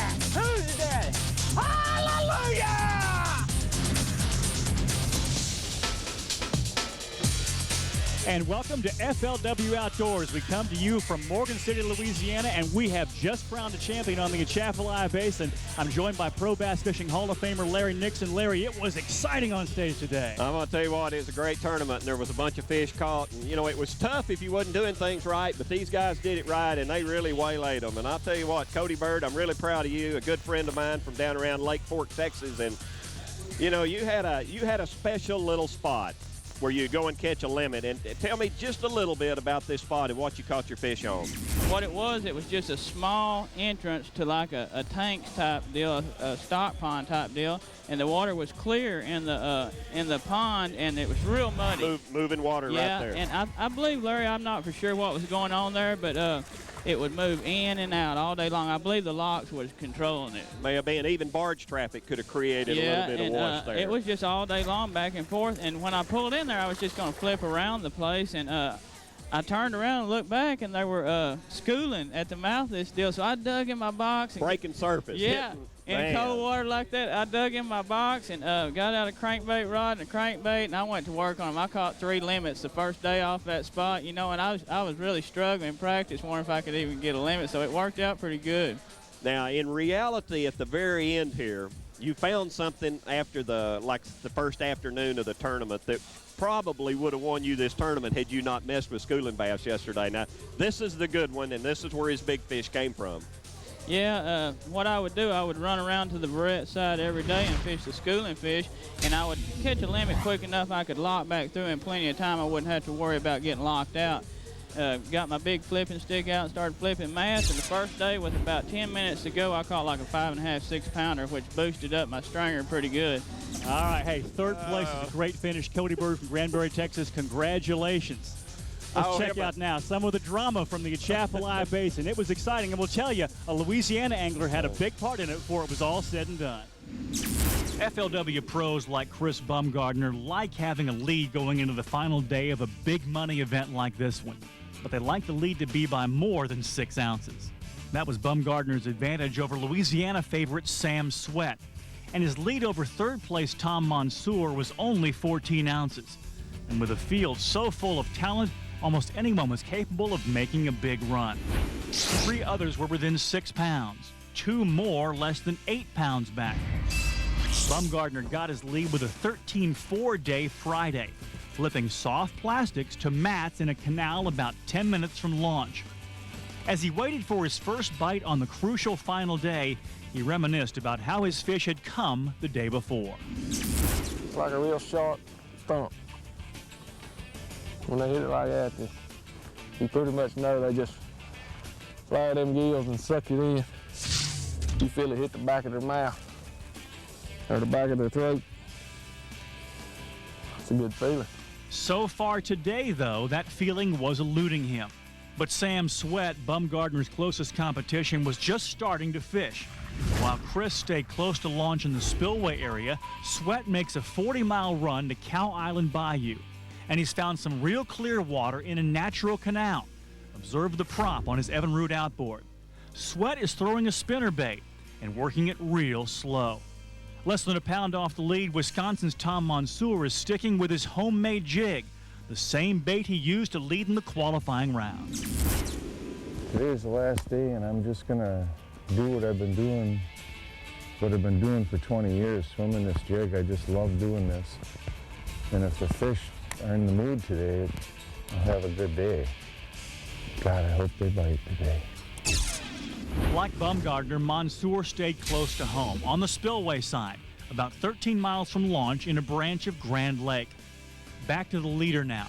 It's 7:15, and Bumgardner is making long flips into mats, using a black and blue Zoom Ultra Vibe speed worm and a 1-ounce weight.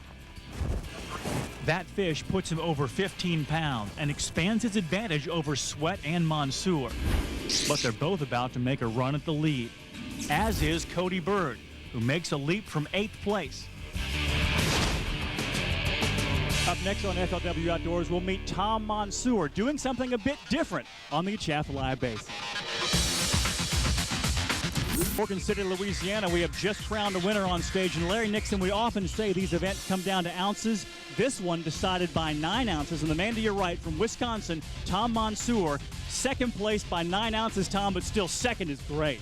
Fantastic, fantastic. I couldn't be happier. I know you are extremely disappointed, but you got to be happy with second place. But got to be. You was fishing a very unique pattern that I'm not very familiar with. You know, I've swam a jig a lot in my life, but when I swim a jig, I'm bad to swim it and pop it and swim it around cover. You was actually using a different technique and where you just had a grub on your jig, and it was more of a steady swim. Is this something that you've experienced before? I've done this for 20 years now. Now, he caught a bunch of fish, and I'm going to tell you a little something here. I've been in that canal twice. I never got a dadgum bite in that canal, and it aggravates me that you went in there and almost won this thing in a place I practiced 2 times. Not once, but twice. I think it was because I went in later in the day and people had been harassing them, or... No, that's not it. What is it? Just me being stupid, I guess, wasn't it? No, it's just that jig. I went in there in practice, caught a dozen, couple big ones finally, and left. Then I didn't go there the second day till late in the day after I had a good limit at another spot, and I went back there for my coingler and let him catch a couple on my jig. All right, here's my one important question. I know the jig you was using, the homemade one, yours. Now, when you threaded that grub on there, did you thread it with the tail up or the tail down? Tail down. Tail down. Yeah. See, there's always been an argument among pro fishermen of which way that tail goes, and I still believe it goes up, but there's times that it makes a difference. Yeah, you know, on the swimming jig, down works the best. On a spinnerbait or something else, maybe it works up better. Man, I'm telling you what, you really did a great job. Oh, thank you. And I'm so proud of you. I don't know what to do. I may have learned something today, Taylor. I think you have some more questions for Tom. Tom Monsoor. Wait over there, and I'll get with you after a while. He's our second place finisher. $37,000 will tell you it came down to 9 ounces in this event. Back to more of the drama now on the Atchafalaya Basin. It's still early on the final day at the Atchafalaya Basin. Chris Baumgartner has expanded his lead over Sam Swett to 2 pounds, and Tom Monsoor is another ½ pound back. The pro from Wisconsin is looking for his first win on the FLW Tour. He's targeting pre-spawn bass in a clear water lake, and he's swimming a 1/4 ounce homemade jig. What makes the Monsoor's own jig special? Well, no doubt the unique Mardi Gras colors and Tom's personal touch. He actually glues his Konami grub to the jig to make sure it swims just right. He's using a 7-foot medium-heavy rod and 15-pound Berkeley big game line in green. Just before 7:30, it all comes together. His first keeper goes about 2 pounds and pulls him to within 8 ounces of first place. First, I'm targeting the inside of the wood to try and draw them out, and then there's little patches of grass out here, the dark spots we see. And some are relating to the wood, and some are relating to the little patches of grass. But they're starting to bite today. That's what I need. The leaderboard still has Baumgartner on top, barely, followed by Monsoor, Swett, and Steve Tosh. Swett is still sticking with his spinnerbait, slow rolling it and figuring the bass are keying on shad much more than crawfish. And that's why he chose this location, very near the tidal influence of the Gulf of Mexico. Fewer crawfish, more shad. It's 7:40 a.m. now, and Sam's throwing his spinnerbait into about 8 feet of water and working it down vertical walls of high driller. That 2-pounder gives Swett 15 pounds for 2 days and puts him in a virtual tie with Baumgartner. The Fujifilm pro from Covington, Louisiana saw that it didn't stay tied long. We got number 2.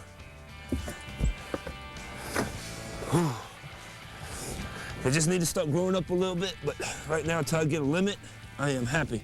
The new leader is Swett, but only by 2 pounds. And that's not much considering how productive the basin can be.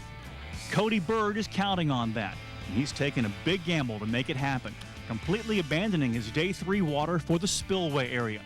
Bird's flipping to mats in a canal, and he's letting his 1.5 ounce tungsten weight pull a Lake Fork craw tube through the thick vegetation. In 8th place and about 12 pounds off the lead, Bird needs a big bite to get back in the game. That's just what he gets. Oh, come out there, baby. Come out. Come on, baby. Come here. Come here, baby. Please. Come.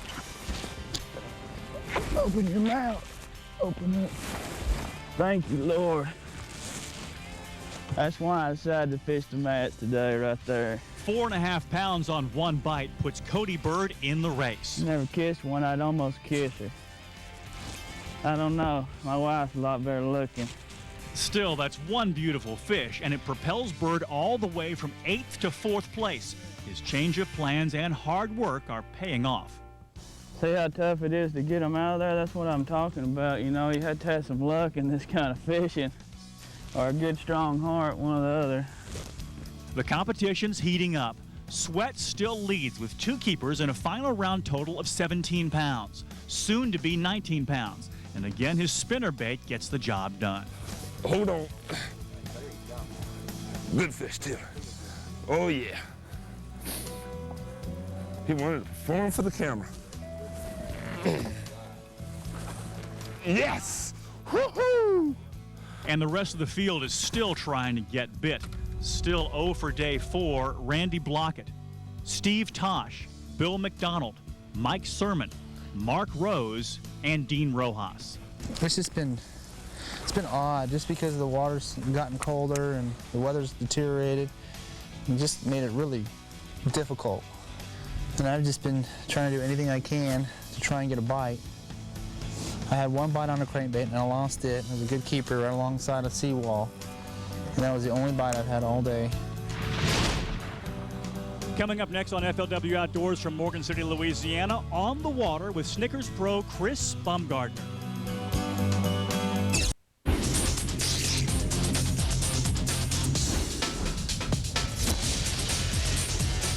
And welcome back to FLW Outdoors, everyone. Taylor Carr with Larry Nixon. We have just crowned a winner here on the Atchafalaya Basin. And Larry, Chris Bumgardner is an angler who was leading going into the final day. Is it hard to have a lead going into the final day's fishing?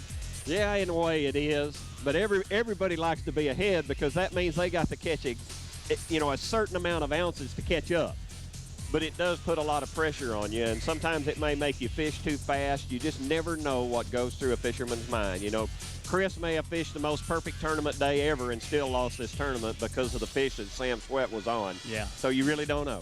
He is a Snickers Pro. He's from Gastonia, North Carolina, on the water now with Chris Bumgardner.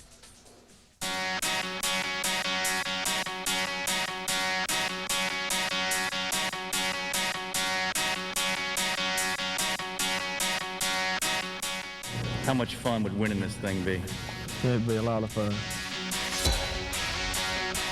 Black and blue is hard to beat anywhere you go. It's also good to use a dark bait when it's cloudy like it has been. Fish can see it better.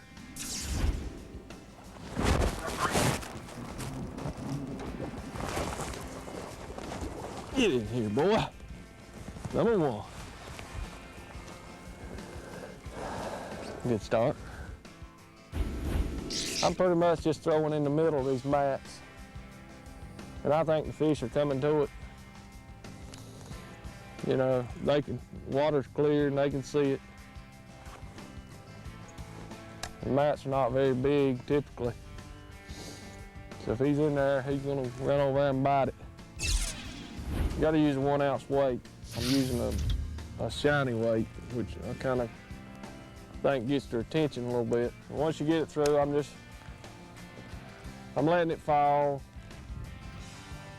sometimes to the bottom, depending on how deep it is, and then I'm picking it up and yo-yoing it right under the mat and just trying to ring one's dinner bell. I don't know, he's gonna be too little, I think. Maybe he's short. Yeah, just short. Ah.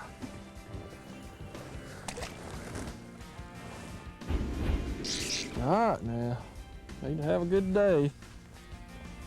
I'll get a little worried. I got in my truck this morning and they were singing that song by the Eagles, I think. Take it to the limit. Take it to the limit one more time. Thought that was a sign.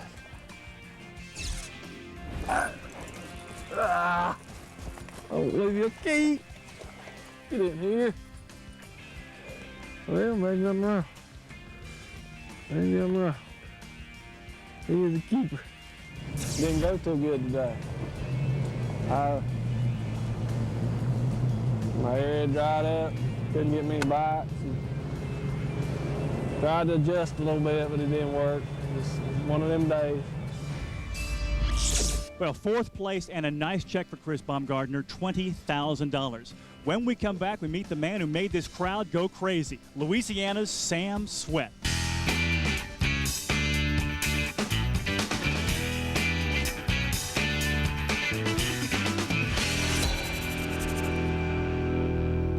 And welcome back to Morgan City, Louisiana. We have just crowned a champion on the Atchafalaya Basin, Larry Nixon. Every time they said Sam Swett's name, this crowd in here went nuts. They really did. You know, we're in South Louisiana, one of the greatest places in the world, and the people down here were really rooting for Sam. And I'm going to tell you what, I was rooting for him too, Taylor. Sam, you won. Congratulations, man. I went out this morning, and he was fishing. I got to watch him, so I was really pulling for him. I tell you what, I'm pumped. I don't know how long it's going to take before it sits in because, you know, when you come into a tournament, all you do is focus on winning. You don't think of the aftershock. And so it's just like going in and, you know, one of these days I'm going to remember it all. And I'm going to wake up and say, wow, I won. This area that you fished was really a unique area. And, of course, I know a lot of these Louisiana people know what good water looks like. But it was that good black water. And you had a little natural bayou. And you was really fishing your water slow because I guess it was so cold. Yes. You knew exactly what spinnerbait to throw, and you was just slow rolling that thing. And tell us just a little bit about how you fished and how the spinnerbait was built. The key that I was focusing on was that it was a natural bayou, just like you said. And when I looked at an aerial map, I can see how it drained off into a marsh. So I knew it was going to replenish with clear water. And understanding the tides, that was the main thing and the key. Now, them fish this morning, that tide was coming out. And naturally, when it's outgoing and getting low, usually that's when they bite the best. Now, tell me about this spinnerbait and how you fished it. Describe it just a little bit. Basically, my primary bait was a booyah, 1/4 ounce, 3/8 ounce, or a 1/2 ounce spinnerbait. And depending on the water clarity, I was changing my blade size. I was using tandem Colorados, primarily number 3 silver and a 3.5 gold. And that combination of tannic acid water, the bait was solid white. It was what we call blue emerald. Blue emerald, it's yeah. got like a blue I shimmer knew it to didn't it. glow white, like a white. Exactly, and it gives it more of a shad. And this is the primary forage down here. The mud bugs are still in the mud a little bit. The water's still very, very cold. And that's another thing too. If you look at the footage of the when they were filming today, most of my fish came on the outside bends, which is a deeper water, and that's where most of your bait fish is being swept down by the current. You know, it's funny. I caught something there. He said, Taylor, you know, you heard him say mud bugs aren't out? Uh-huh. All right. Well, when he says mud bugs aren't out, that means a jig may not be your best bait for a certain area. Am I right on that? Oh, exactly. See, this is fishermen listening in, Yes. you know.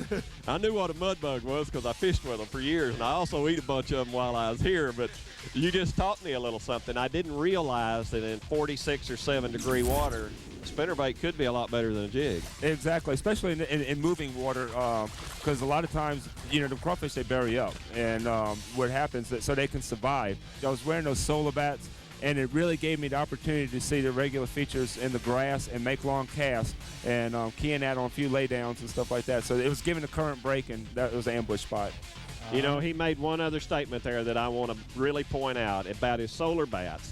People do not realize how important it is to see under that water. Exactly. And read that underwater cover before you scare the fish away. Well, not only that, most people, they'll go out and buy one pair of sunglasses and they fish all waters. And, you know, traveling the tour like we do, we fish so many different clarities of water. I've actually fine-tuned it to where, you know, if I'm fishing, you know, certain waters, I might wear a gray or a brown or an amber lens, you know, and then that way I get better color contrast and get much greater target. It lightens the water, lightens the day, and you can see a lot better. Fuji Pro Sam Swett, your winner, and $100,000. Congratulations, man. I'm really proud of you. Thank you. Back to the Atchafalaya Basin now, and more of the drama on the Atchafalaya Basin. The final round leader is still local favorite Sam Swett with 19 pounds on a spinnerbait. Then it's Baumgartner, Monsoor, and Bird, all poised to make a run at the top spot. Relax now, because patience is the name of Bird's game. Moving very slowly and flipping to mats with heavily weighted soft plastic. Lake Fork craw tube gets him his second fish, but it's small, not much more than a pound and barely the minimum 14 inches. The thick mats can be tough to penetrate, but once a bait gets through, things can happen fast. Cody's about to get his third keeper, and from the time he flips his craw tube into the mat until he feels a bite, it takes only 2 bounces and less than 10 seconds. Got it. Cody now has 8 pounds for the day, ounces away from third place. There you go. Now, if I just bite this afternoon, like afternoon, we're going to do all right. We may not win, but we'll at least make a better show. With time to make a run at the lead, it could be that Cody's lone spectator is bringing good luck. Fujifilm pro Randy Blockett could use some of that. His day started when he found local anglers in his best canal. He's gone to a backup plan, but it's an area he's never fished before. He's basically practicing with a big payday on the line and more than 11 pounds to make up. I'm not going to go in that canal with 3 other boats and win the tournament. So sometimes when you take a gamble like that, you have to risk not catching anything, and that's a possibility, or it's a possibility, you know, I can come back and win the tournament in the next couple hours. Blockett starts a new flipping pattern and within minutes gets results. Man, at that time, thank you, buddy. Now that fish, there's a little bit of grass growing out away from these stumps here, and that fish was in that short grass. I think that's a nice little chunky keeper. The thing that's really satisfying about catching a fish like this is, you know, I'm just out here practicing. I hadn't ever been to this area before, you know, made a move. You know, was here about 10 minutes and caught hopefully a nice keeper. The fish measures and turns out to be exactly 113. It also turns out to be Blockett's only keeper of the day. Back in the other Fujifilm boat, Sam Swett is on a roll. He's reeling in his 5th keeper of the day and his 2nd in less than 10 minutes. Swett's 2-day total is now 23.5 pounds. Part of the secret, slow rolling and smaller line diameter.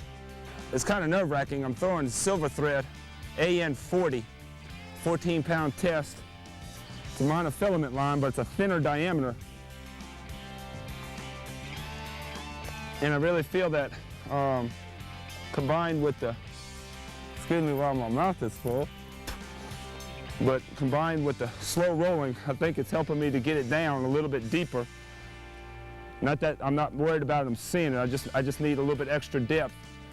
The rain is getting heavier and Swett's lead is about to come under attack. It's raining where Cody Bird is too, but he barely notices as he brings in his 4th fish of the day, completing a leap from 8th place to 2nd. And that's worth smiling about. Tom Monsoor is smiling too, but you'll have to take our word for it. He's in the middle of a 3-fish run that propels him from 3rd place and 7 pounds down into 2nd place and 2 pounds off the lead. And it gives him a limit. We did it! We got 5. There's less than an hour to fish. Monsoor is hot, Swett is not, and Bumgardner and Bird have faded. Monsoor keeps it going, another keeper fish, allowing him to cull and pull within ounces of the lead. Meanwhile, Swett is still struggling and knows he'd feel better with one more quality keeper. Come on, Lord, give me just one good fish. I want to make a good showing today. Monsoor is down to his last few casts and has no idea he's so close to the top. I think the smart move is get a limit and get the check, whatever it is. You aren't going to win with these, but at least you'll get a check. Shortly, he'll find out how near he was to $100,000. That's it, last cast. On the weigh-in stage, Monsoor hangs in until the last fish. It's Sam Swett by 10 ounces, and how appropriate. In his 4th year on tour, the Louisiana native wins for his home crown. As they say on the bayou, laissez les bon temps rouler. Let's hear it for your champion, Sam Swett, Louisiana's own. Your winner, Fuji Pro Sam Swett. When we come back, I'm in Code a Minute with Jeremiah Kendi. My name's Jeremiah Kendi. I live in Benton, Arkansas. I'm 26 years old. I love fishing because I love setting the hook on them green things.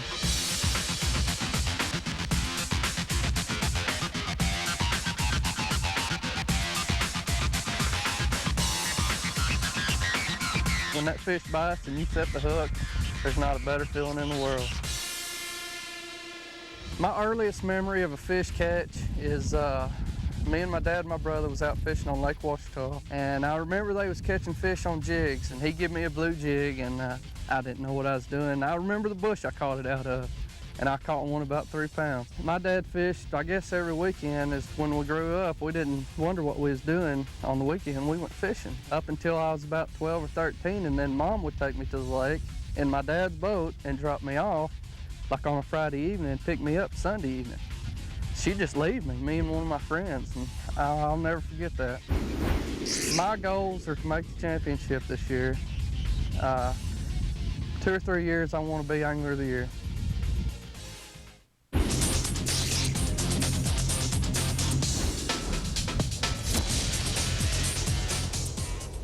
Welcome back to FLW Outdoors, coming to you from Morgan City, Louisiana. Taylor Carr with Larry Nixon, and just back from the weigh-in stage, Carlton Wing. What a thriller. I tell you what, it was exciting. I'm still excited thinking about that. We had a shootout, a storybook finish there, and the local boy comes away with the title. One of the greatest weigh-ins I've ever seen when you got 2 guys side by side and both of them putting them up there. Now, that was great.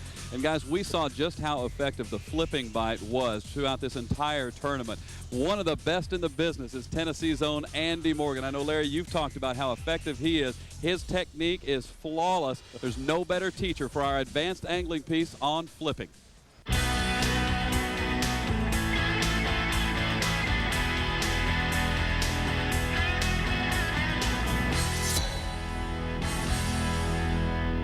I'm here with Tennessee's Andy Morgan.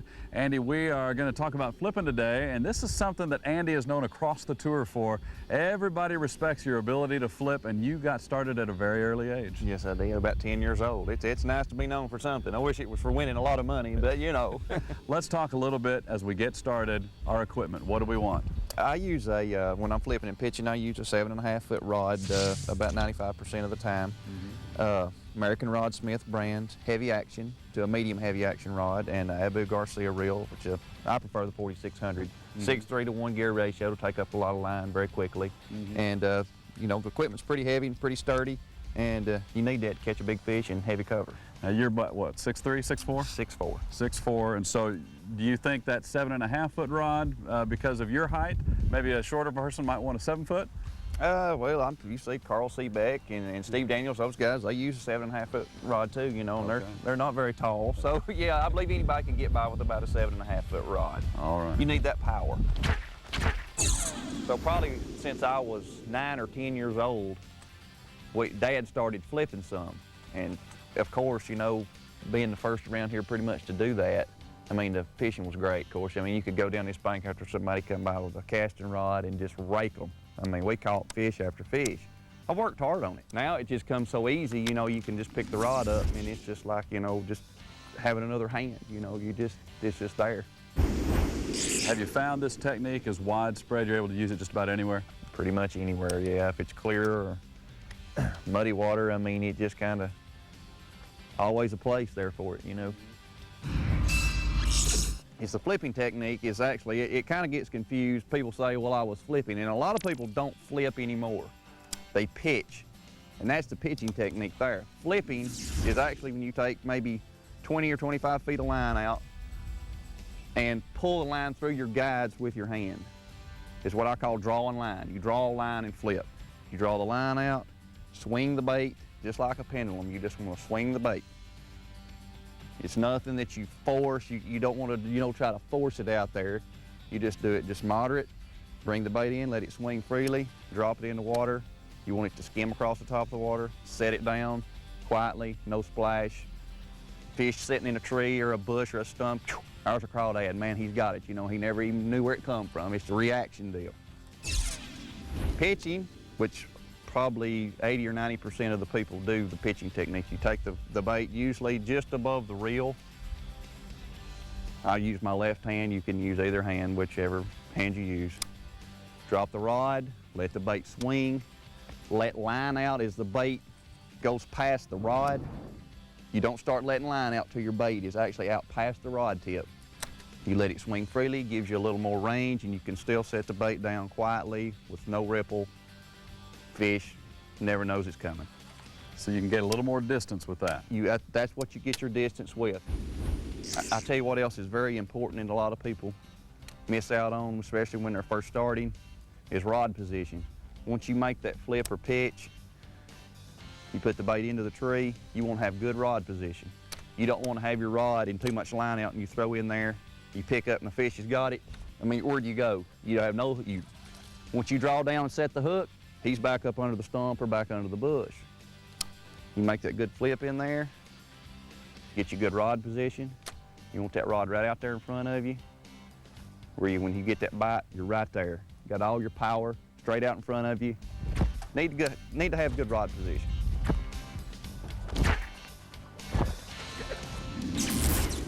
Tell you what, Larry, watching Andy is like watching an artist. His technique is flawless. He's really unbelievable, and he can do it with both hands. You know, he's just choom, choom, choom. Don't matter which way he goes. And he put the bait in a thimble and set the hook and scare you to death. I mean, he's just, I don't know, beats anything I ever seen. Up next on FLW Outdoors, a look back at days 1 through 4 on the Atchafalaya Basin. And welcome back to FLW Outdoors. We're joining you from Morgan City, and we're recapping this thrilling second event on the FLW Tour. And Larry Nixon has won everything in the world of fishing, but sometimes you have bad tournaments. This wasn't one of your best. No, actually, this was probably the worst FLW tournament that I've ever had. I can't ever remember finishing 180th, and I'm not real proud of it, but let me tell you what, this place is huge, and it's got so much water that looks good, and when you're out there running around trying to find an area that's got clear water that's fishable, it takes more than 2 days practice. I'm going to tell you what, and I just didn't get enough practice time for this event. Let's look back on it now. Days 1 through 4 on the Atchafalaya Basin. Atchafalaya Basin, day 1. There are no rain delays in professional fishing. Anglers suit up and deal with it. Not that they have to like it. What it really does to you, it just makes it really hard to really concentrate and fish the way you really need to do. The higher and colder water changed Eric Holt's plans. The Missouri pro expected to spend the bulk of his time flipping, but in practice he found a jerkbait bite. Worked the shallow running lure over hydrilla and around cypress knees. Florida's Billy Bowen found his fish flipping and showed off some new moves, sure to gain a nomination for our Eagle Claw Hook Set Award. It was so cold, my hands were cold and wet, and when I set the hook, the fish pulled so good. I mean, it wasn't that big of a fish, but it was in a tree. I mean, it ain't the first time that's ever happened to me. I've done it several times before. Bowen failed to get a limit, and he had lots of company. Only 37 pros had the 5-fish maximum. But a stingy Atchafalaya Basin can't keep the whole field down because these guys are too good. 20 pros had at least 13 pounds. Led by South Carolina's Anthony Gagliardi, who made a last-minute decision to stay close to launch and flip a black and blue jig. Well, the first one I caught was that 5-pounder, and I knew that place had potential to produce fish, and I think I caught my second one about 30 minutes after that one, so then I knew I made the right decision then.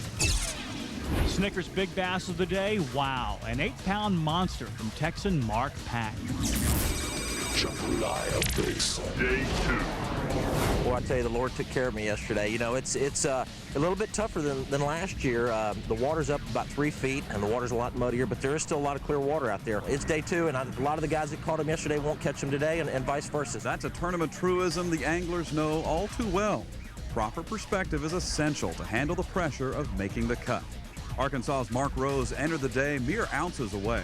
You know, I'm within striking distance right now, so there's a lot of excitement, but you got to stay focused, and you got a job to do too. You got a family to feed, so you got to be able to put a few fish in the boat, and it's a hard balance between being really excited and staying focused and being able to do what you got to do to catch them.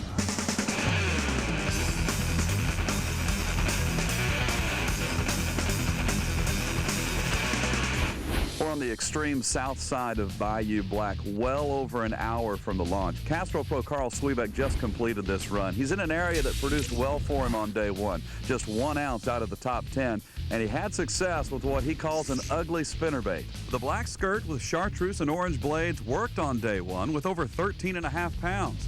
But this morning, Swiebeck caught just 1 fish, and it fell just short of the 14-inch minimum. Compounding Carl's quandary was a problem with a local fisherman. A bird, actually. The feathered friend followed Swiebeck through his best spot, Perhaps the pelican was just protecting his own honey hole. Swiebeck found 3 keepers later and turned in just over 5 pounds at day's end, good for a 26th place finish. And remember Mark Rose? His focus factor was high on day 2, adding nearly 13 pounds, making the cut in 4th place. I found some new current breaks with some little eddies, and it's got a little running water. And that's the whole deal on any river system. If it's rising or falling, it doesn't really matter. You got to find, and it's tough, always go to that running water. Headlining the charge into the final round, Wisconsin's Tom Monsoor. A total weight of 32 pounds, 11 ounces was best in the field. Atchafalaya Basin, day 3. The first day of the final round brought more rain and less fish for the 10 finalists. Only Snickers Pro Chris Baumgartner improved on his qualifying stringers with 13 pounds, 4 ounces. By day's end, there was a tight 3-man chase for the lead, with Baumgartner leading Sam Swett by 6 ounces and Tom Monsoor by 14 ounces. Atchafalaya Basin, day 4. Saturday was wide open for someone to claim the title. It was also wet and cold. Baumgartner would catch just 2 keepers and fall to a 4th place finish. Meanwhile, Cody Bird soared from 8th to 3rd with Saturday's best catch of 13.5. At the weigh-in tent, the shootout was on between Tom Monsoor and Sam Swett, with $100,000 separated by less than 1 pound. Sam Swett, with his 5th and final fish, must bring up 1-5 for the championship. If not, Tom Monsoor is our champion.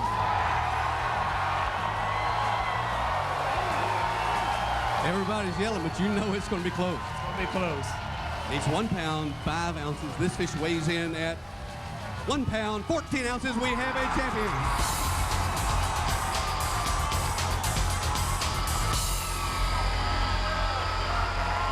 Bill McDonald won the Energizer Keeps On Going award, coming from 44th place to finish in 9th.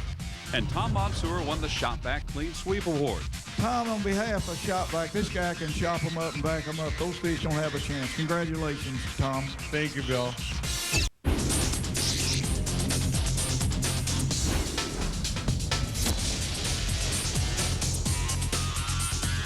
Thanks for logging on to FLWOutdoors.com to select the Eagle Claw Hook Set Award. The winner for Lake Okeechobee is Billy Bowen. The hook set is nice, and so is the enthusiastic reaction. Stay on there, baby. Stay on there, yeah. Yeah, who's your daddy? Bowen wins a $1,000 Walmart gift card courtesy of Eagle Claw. In just a few moments, you'll see the Eagle Claw Hook Set Award finalists for the Atchafalaya Basin. We're back in Morgan City, Louisiana, where local boy Sam Swett just walked off the stage with a check for $100,000. He really did. Had a fabulous fishing hole, caught a bunch of fish, and he was awesome to watch. It's time now for our Ask a Pro question, and we've got a question that's perfectly suited for the 200 pros who took the waterways in Atchafalaya this week because it rained all week. This week's question from Bob Lorimer of Conway, Arkansas, who asked whether it's more advantageous to flip in the rain. The answer comes from Fuji Pro Wesley Strader. Bob, to answer your question whether or not to flip in the rain, a perfect thing for flipping in the rain is a jig, because a lot of times you'll get a lot of bites on a tube, but a jig, as you can see, it's got a lot more bulk to it, and when the fish are not as tight to the structure and you got a bulkier bait and it comes by them, it allows them to visually see the lure a whole lot better in this dark overcast. Odds is you'll get a whole lot more bites on a jig when it's raining than you will a tube. Come on. Boy, he had me down there. I couldn't hardly get him out. If you use a jig, that's what'll happen if you use a jig when it's raining. A big bulky jig and a big trailer like that. I know he's not that big, but he's still a keeper. Odds is you'll catch more keepers on a big bulky jig and a big trailer when it's raining and cloudy. All along the way on the FLW Tour, we have Fuji cameras in hand. And this is our segment, Fuji Fine Picks. That's right. It was a wet camera. We tried to keep it as dry as possible, but rain is definitely the theme in this week's edition of Fuji Fine Picks. We'll start off the Fine Picks with a different sort of rain. The reign of King Elias, the defending champion of Atchafalaya, was given a crown and scepter at the anglers meeting the night before the tournament. The next day, the real rain began. At check-in on the morning of day 1, NASCAR pros Sandy Melvin and Dion Hibden looked as if they'd already spent a full day in the water instead of on it. On day 2, Castrol Pro Carl Swiebeck had some trouble with a local. Now, Louisiana's hospitality is wonderful, but this feathered fisherman did not want to share his secret spot and stayed with and in front of Swiebeck down a half-mile of bank. In the end, though, all the locals loved the hometown hero winning it all. Fujifilm pro Sam Swett from nearby Covington, Louisiana, the newest winner on the FLW Tour. Castrol Rookie Report. The Castrol Rookie Report for Atchafalaya features a trio of strong performances led by California's Steve Tosh, whose 5th place finish places him 15th in the season standings. Indiana's Bill McDonald cracked into the top 10 in his first season on the tour. His 9th place finish earned $14,000. And remember Shinichi Fukai? After a top 5 finish at Okeechobee, he ended in 11th place at Atchafalaya and is currently in 2nd place in the Land O'Lakes Angler of the Year standings. Next week on FLW Outdoors, a dream for an angler, the ICAST convention in Las Vegas, where they got fishing stuff everywhere, Larry. It's one of the greatest fishing shows on earth. They got everything new for 2004 and 5, and I mean, some of it's incredible. The future of fishing on next week's FLW Outdoors. Thanks so much for watching this week. We will leave this show with the nominees for the Eagle Claw Hook Set of the Day Award. That was good. You can take part in the Eagle Claw Hook Set of the Day Award. Log on to FLWOutdoors.com between now and this Friday at 5 p.m. Eastern. Vote for the angler you think had the best hook set. The pro with the most votes wins a $1,000 Walmart shopping card presented by Eagle Claw. This week's nominees include acrobatics and heroics. Cody Bird surged to a 3rd place finish, anchored by this beauty early on the final day. Come out. Come on, baby. Come here. That's why I decided to fish the mat today right there. Our next entry comes from tournament winner Sam Swett, with our own Larry Nixon providing the play-by-play. Come on, be a good fish. Yes! Woohoo! Well, that was an awesome fish catch right there. And Billy Bowen earns his 2nd nomination of the year for, let's say, a rather improvised hook set. The Florida native said the chilly and slippery conditions made it tough, and we agree. Log on to FLWOutdoors.com and pick your winner.